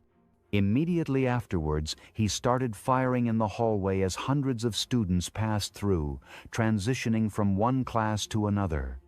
When the students began fleeing, he methodically and deliberately walked down the hallway and shot into classrooms and at anyone who was unable to escape until he moved on toward another classroom. Due to the quick response by students and staff, Crumbley was unable to actually enter any of the classrooms. According to students, a voice over the intercom alerted them to an active shooter, and their teachers started locking and barricading doors and covering windows, convincing them it was not a drill. Others recounted hearing loud, banging sounds before they realized the noises were gunshots and quickly locked the door. One student who hid in a toilet stall recalled hearing a firearm being cocked outside the bathroom. Once the school had been secured, he opened the bathroom door to find several bodies lying on the floor. At 12:51 p.m., police received the first of approximately 100 911 calls about the shooting and headed to the school. Within 2 or 3 minutes of first responder arrival on the scene, Crumbley was arrested, unharmed, by a deputy assigned as a school resource officer and a second deputy. He allegedly still had 7 rounds of ammunition loaded into his firearm and 2 15-round magazines. The entire shooting lasted about 5 minutes and occurred at the southern end of the school building. A total of 32 spent bullet casings were found at the school. Immediately afterwards, the school went into lockdown. Some students were evacuated to a nearby store, and one woman helped shelter children in her house. Authorities conducted 3 sweeps of the building in search of victims and evidence. At least one student posted a video to social media showing people hiding in a classroom while someone out in the hallway spoke to them, claiming to be law enforcement. Those locked down in the classroom mistakenly believed the speaker was the shooter. They ultimately fled through the windows, and from there a deputy led them to safety. The sheriff confirmed that based on surveillance footage, Crumbley had never knocked on a door, and the person speaking from the hall was likely a detective trying to calm the students.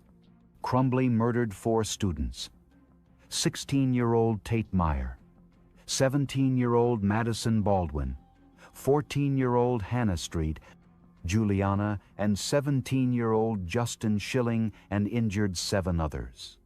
Approximately 30 minutes after the shooting began, Jennifer Crumbley texted her son, "Ethan, don't do it." At 1:37 p.m., James called 911 to report the firearm missing from his unlocked bedroom drawer and said he believed his son might be the shooter. On the 3rd of December, 2021, Oakland County prosecutor charged James and Jennifer Crumbley, each with 4 counts of involuntary manslaughter. Prosecutors argued that the parents' gross negligence directly contributed to the deaths. They highlighted how the gun was stored in an unlocked drawer, how the parents ignored warning signs, and how they failed to secure the weapon after disturbing behavior was noted. After charges were announced, the Crumbleys failed to appear for their arraignment and became the subject of a manhunt. Law enforcement reported that the couple had withdrawn $4,000 from an ATM and were later found hiding in a Detroit warehouse. The U.S. Marshals placed a $10,000 bounty for information leading to their arrest. They were captured on the 4th of December, 2021, and taken into custody. During James Crumbley's trial, the prosecution presented evidence of text messages, surveillance footage, and expert testimony regarding safe firearm storage. They argued that James should have secured the gun and taken Ethan's mental health signs seriously. The defense claimed that James had no way of knowing his son would carry out the shooting and argued that he believed the gun was inaccessible to Ethan.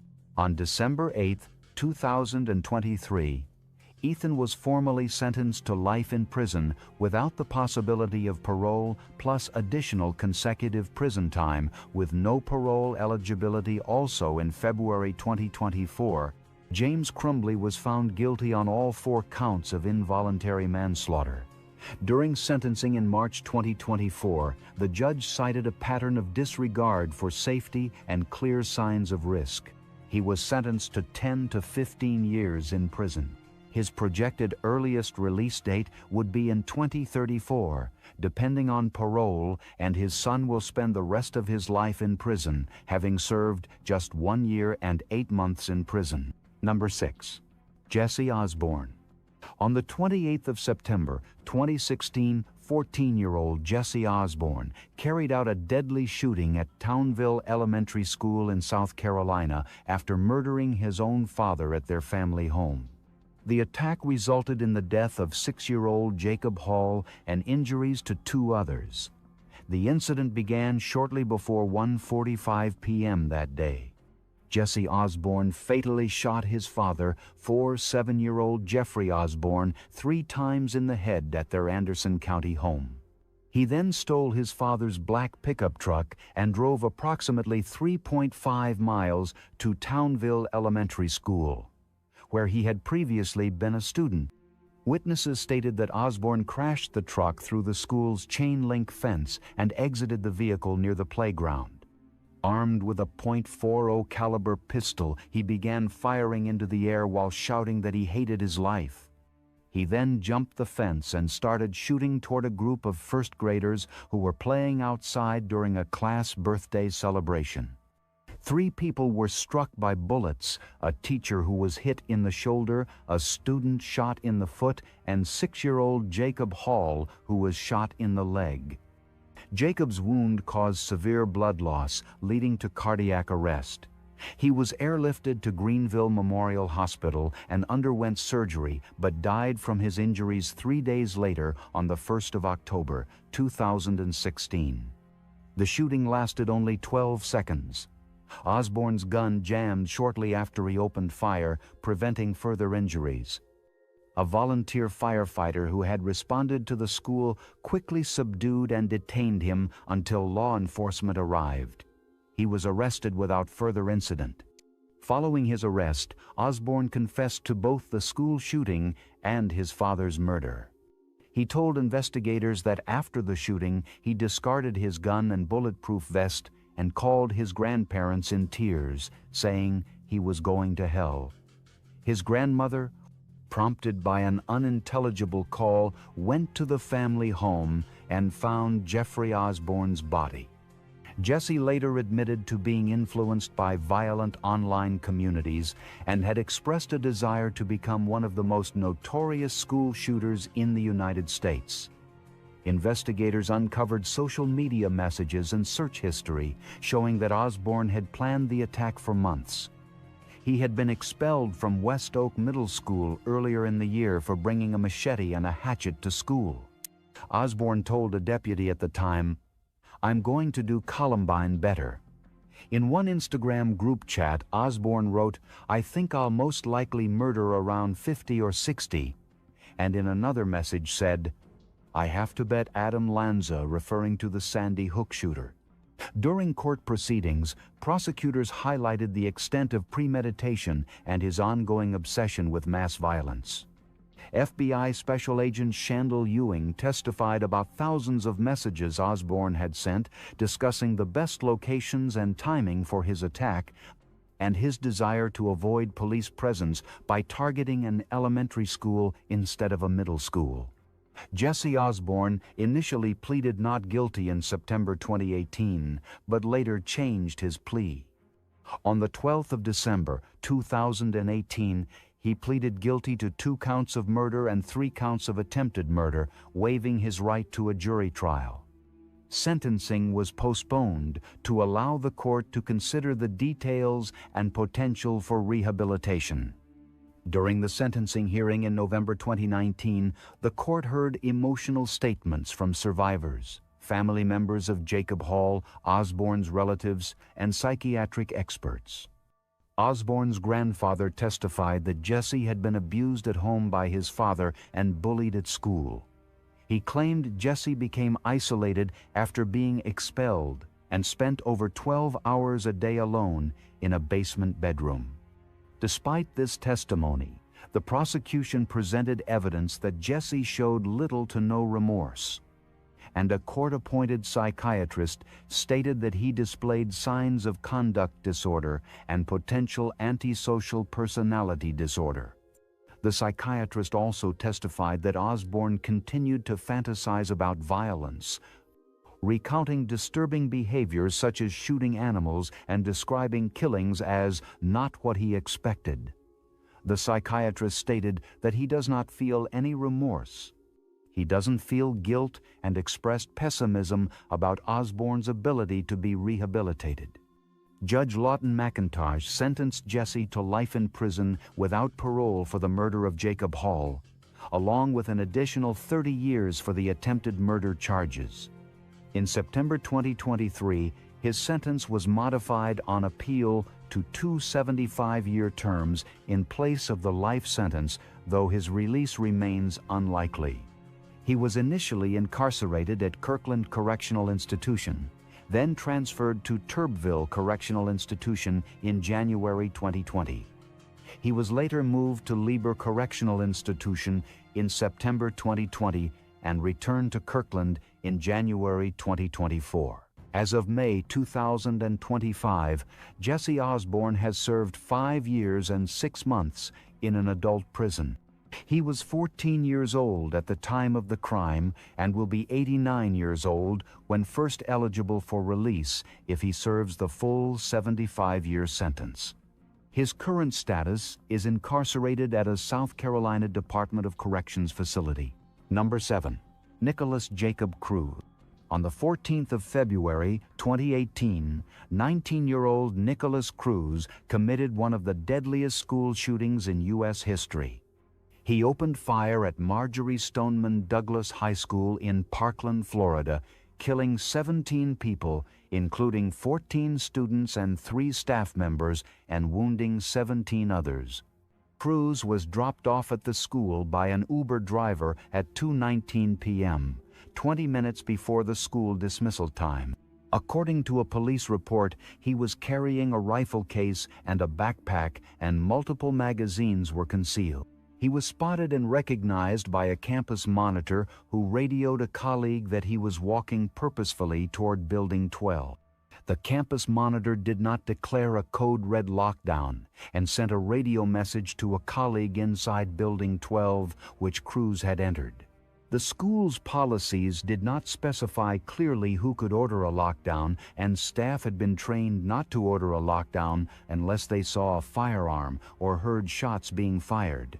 Cruz entered Building 12, a 3-story structure containing 30 classrooms typically occupied by about 900 students and 30 teachers, at approximately 2:21 p.m. Upon entering the building, he rapidly assembled his weapon at the base of a stairwell adjacent to the first-floor classrooms. As he did so, he was interrupted by a student named Christopher McKenna, and warned him, telling him to better get out of the environment, stating that something bad was about to happen. McKenna fled the building and notified staff members of the unfolding threat. He then entered the first-floor hallway, where he observed 3 students, Martin Anguiano, Gina Montalto, and Luke Hoyer, who were in the hallway outside room 1215. He shot and murdered all 3 in the hallway with another student within the hallway, 15-year-old Ashley Baez, wounded once in her upper leg. He then fired through the windows of 4 closed classroom doors, murdering 6 more students and wounding 13 others. 2 staff members were also killed on the first floor of the building. Due to firearm sounds within the hallways, the fire alarm within the building activated, causing confusion because there had been a fire drill earlier in the day. Students were unable to seek shelter at hard corners areas of a classroom that people could safely hide in if a gunman peered through the window of a door, because many of the classrooms in Building 12 lacked one, and furniture otherwise obstructed potential safe spaces. As the shooting unfolded, a code red was still not called due to confusion among school employees over who had the authority to do so. At about 2:21 p.m., a staff member eventually activated a lockdown, but only after discovering the body of a victim and hearing gunfire. An armed school resource officer of the Broward County Sheriff's Office was on campus when the shooting broke out, and he remained outside between Building 12 and the adjacent Building 7. After murdering 2 staff members near the first-floor stairwell, he proceeded to the second floor, where he fired into 2 empty classrooms. On the 3rd floor, he shot and murdered 5 students and another staff member, who all had been stranded in the hallway. 3 other students and 2 teachers were injured. Next, he went into a teacher's lounge, where he attempted to shoot out the hurricane-resistant windows facing the yard in order to target students and staff fleeing below, but failed. After he stopped shooting, possibly due to a weapon malfunction, he dropped his rifle on the 3rd floor of the building and left the scene by blending in with fleeing students. He then walked to a fast food restaurant, stopping at a mall to get a soda on the way, and lingered and stalled around before leaving on foot at 3:01 p.m. Of the 17 fatalities, 14 were students while 3 were teachers. 2 of those murdered were students in Ivy Seamus's Holocaust history class. Seamus was teaching a class lesson on combating hate when Cruz fired shots into her classroom. 4 students from Seamus's class were injured. According to Seamus, Cruz was unaware he was shooting into a class on the Holocaust, even though he had scrawled swastikas onto the ammunition magazines that he left at the school. In total, Cruz fired 139 shots during the shooting, 70 on the 1st floor, 2-inch the stairwell, 6 on the 2nd floor, and 61 on the 3rd floor. At about 3:41 p.m., police stopped Cruz 2 miles from the school in the neighborhood of Coral Springs and arrested him as the suspected shooter. He was then taken to a hospital emergency room with labored breathing.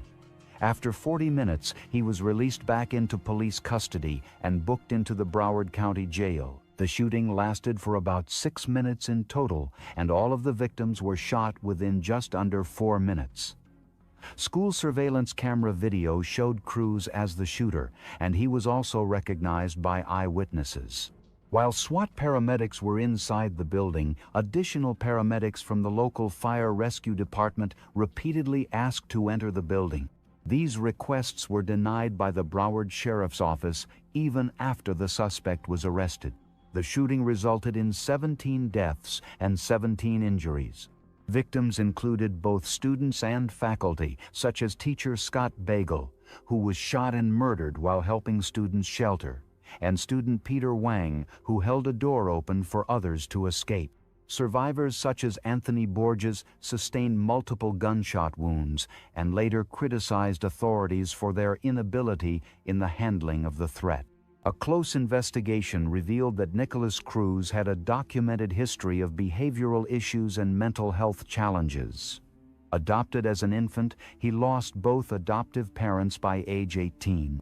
Following his expulsion from Marjorie Stoneman Douglas High School in 2017 for disciplinary reasons, he lived with friends and worked part-time. Despite numerous warning signs, including threats made online and reports to law enforcement and the FBI, no preventative action was successfully taken. Cruz legally purchased the weapon used in the shooting in 2017, having passed a background check. Prosecutors argued Cruz was motivated by revenge for perceived social rejection, resentment, and a desire to inflict harm on a date he had chosen, which coincided with Valentine's Day. His notebook and social media contained hateful views, including racist, anti-Semitic, and misogynistic messages. He had a history of mental health issues, disciplinary problems, and behavioral warnings stretching back to school and community authorities, including concerns about threats, armaments, and self-harm. Multiple agencies, including the FBI, received tips about him before the shooting that were not properly followed up. Cruz pleaded guilty on the 20th of October, 2021. To 17 counts of premeditated first-degree murder and 17 counts of attempted first-degree murder. He publicly apologized during the plea entry. The prosecution sought the death penalty. During the penalty phase trial that began the 18th of July, 2022, the defense presented evidence that Cruz suffered fetal alcohol spectrum disorder and brain impairments stemming from prenatal exposure to alcohol. Witnesses, including Cruz's half-sister and medical experts, testified about his developmental trauma and mental health diagnosis. The prosecution countered that Cruz carried out a calculated, objective massacre motivated by notoriety and hatred, calling his actions a systematic massacre designed to inflict maximum harm. On the 13th of October 2022, a jury unanimously determined that Cruz was eligible for the death penalty, but deadlocked on imposing it, as Florida law requires unanimity. As a result, the recommendation was for life imprisonment without parole. On the 2nd of November 2022, Judge Elizabeth Scherer formally sentenced Cruz to 34 consecutive life sentences, one for each of the 17 murders and 17 attempted murders. Florida statute mandated compliance with the jury's recommendation. There were no inconsistencies in his capture. The overwhelming evidence from surveillance recordings, eyewitness accounts, and his avoidance behavior made identification and arrest straightforward. The primary controversy centered on the failure of mental health and law enforcement systems to act on repeated warnings about Cruz's threats and psychological warning signs. In subsequent legal actions, Cruz was sued by multiple survivors and victims' families. Civil settlements were reached in 2024, including $50 million each to families of 3 deceased students, $40 million to a survivor, and a legal agreement granting survivor Anthony Borges exclusive rights to Cruz's name and likeness. These actions aimed to prevent Cruz from profiting or gaining public attention from the attack. As of May 2025, Nikolas Cruz has served 2 years and 6 months in prison. He was 19 at the time of the shooting and remains incarcerated with life without parole. No release date is set, and he will remain in prison for life. Number 8. Dimitrios Pagourtzis. On the morning of May 18, 2018, 17-year-old Dimitrios Pagourtzis entered Santa Fe High School in Santa Fe, Texas, and opened fire inside the school's art complex. The attack began at approximately 7:32 a.m. and lasted several minutes. 10 people were murdered, 8 students and 2 teachers, and 13 others were injured, including a school police officer. Pagourtzis had been a junior at the school, known as a quiet student on the honor roll and a member of the football team without any prior criminal history.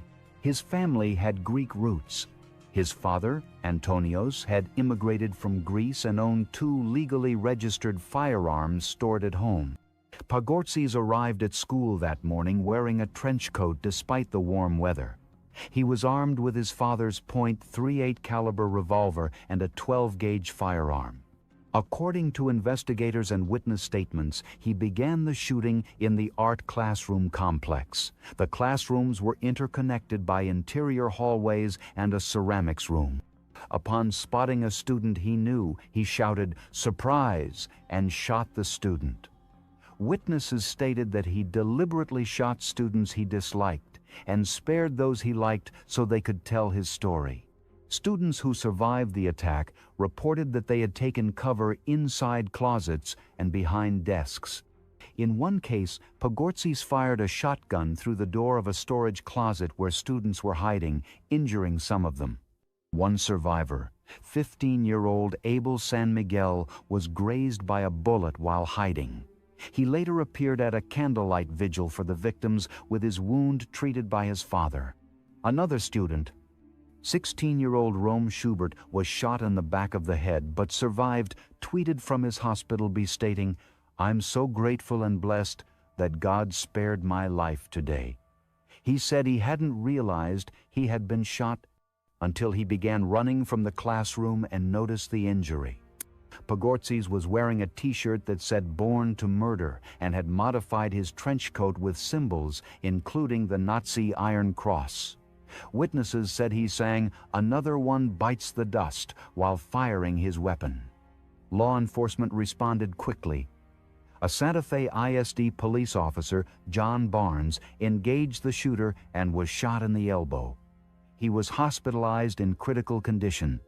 Pagourtzis exchanged gunfire with officers for several minutes before surrendering. According to Galveston County officials, he told investigators that he intended to shoot himself but chickened out. At the time of the shooting, he was a junior at the school. He had purchased ammunition online months before the attack using his real name and address. The purchases were made through LuckyGunner.com without verification of age. No mental health warnings or criminal history were recorded before the shooting. Texas Governor Greg Abbott stated that there were no clear red flags in his background and that Pagourtzis had not been previously identified as a threat. During the investigation, law enforcement discovered journal entries and digital communications in which he expressed a desire to carry out the attack. He admitted to deliberately targeting individuals and sparing others. When questioned by police, he repeated that he had spared students he liked so they could tell his story.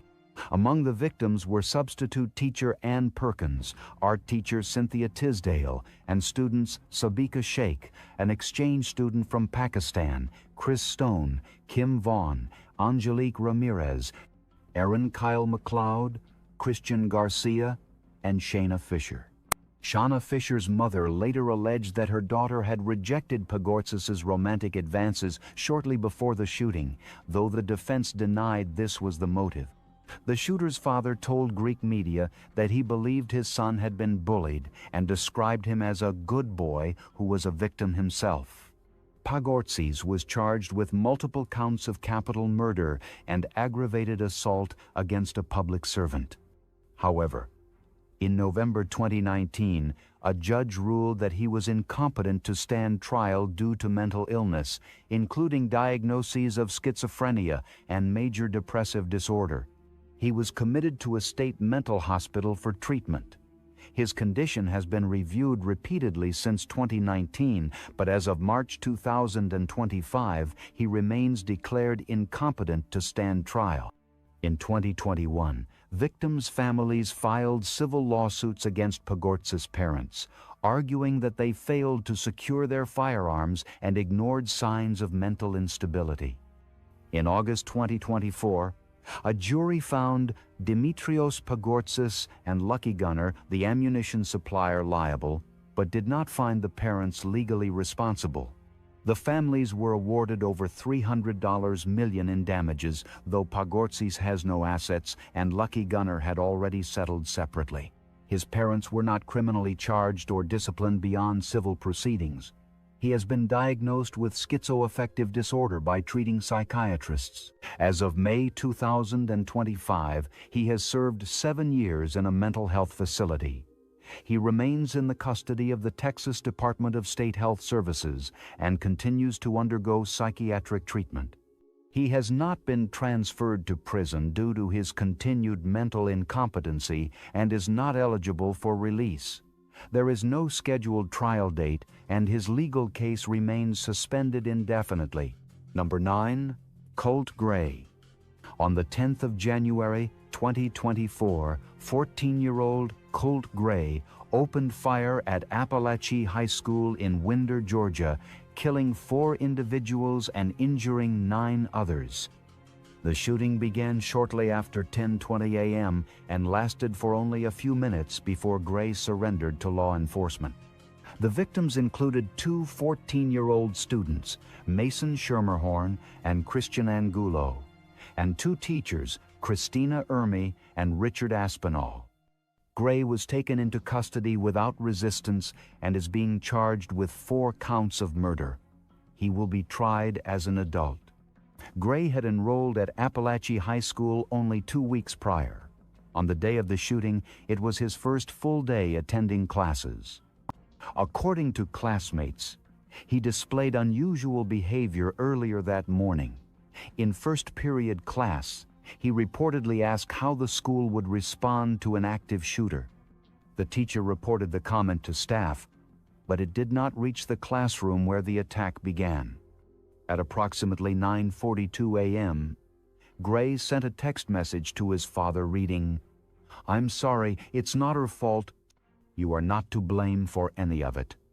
He then exited his algebra classroom at 9:45 a.m. without taking a hall pass. The classroom door locked behind him. Surveillance footage and witness statements later confirmed that he entered a bathroom stall, changed into yellow plastic gloves, and retrieved his weapon, concealed in a rolled-up poster board inside his backpack. At the same time, another student with a similar name was mistakenly detained by school officers during an urgent search, delaying their ability to locate Gray. Gray returned to the hallway outside his algebra classroom and knocked on the door. A student looked through the glass panel and saw that he was armed. The teacher instructed the student not to open the door. Gray then entered a neighboring classroom where the door had been left open. Witnesses say he began firing 10 to 15 rounds, immediately killing student Christian Angulo. He continued shooting while moving through the hallway, reportedly yelling for people to open doors. One teacher, Richard Aspinall, was shot in the chest after leaving his classroom to investigate the noise. His students pulled him back into the room and tried to stop the bleeding using their clothing, while others barricaded the door with desks. Another victim, teacher Christina Ermi, was also killed during the incident. Several students in nearby rooms described hearing, shouting, gunfire, and then screams. One student later stated that Gray pounded on the door and shouted, "Open up," before gunfire erupted again. The lockdown system, newly installed at the school, was triggered when multiple staff members activated panic buttons embedded in their ID badges. All digital smartboards displayed a hard lockdown message in red text, prompting students and teachers to shelter in place. Some students initially thought it was a drill until they heard live gunfire. Gray was confronted within minutes by school resource officers. According to Barrow County Sheriff Judd Smith, Gray gave up and got on the ground when confronted and was arrested without incident. He was transported to the Gainesville Regional Youth Detention Center. Following the attack, law enforcement searched Gray's home in Bethlehem, Georgia. Investigators recovered evidence suggesting he was fixated on other mass shootings, including the 2018 Parkland, Florida school shooting. They found Discord logs and online activity under a Russian username referencing Adam Lanza, the Sandy Hook shooter. Gray had been previously interviewed by the FBI in 2023 after anonymous tips were submitted about threats made online. At the time, he was 13.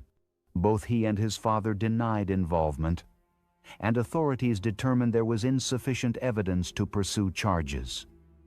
Local schools were asked to monitor him, but no further action was taken. On the morning of the shooting, Gray's mother reportedly called the school warning of an extreme emergency and urged administrators to locate her son.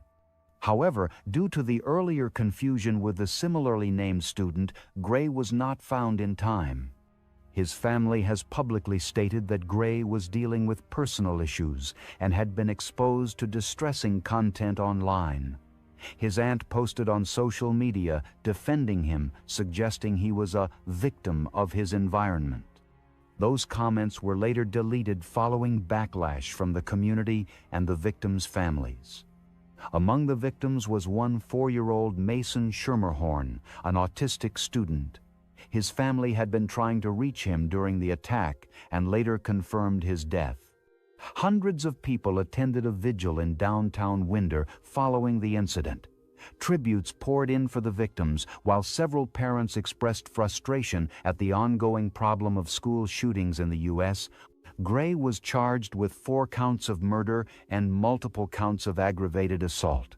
Despite his age, the court ruled that he would be tried as an adult. During his preliminary hearings, the prosecution cited premeditation, evidence of intent, and previous warnings as justification for adult charges.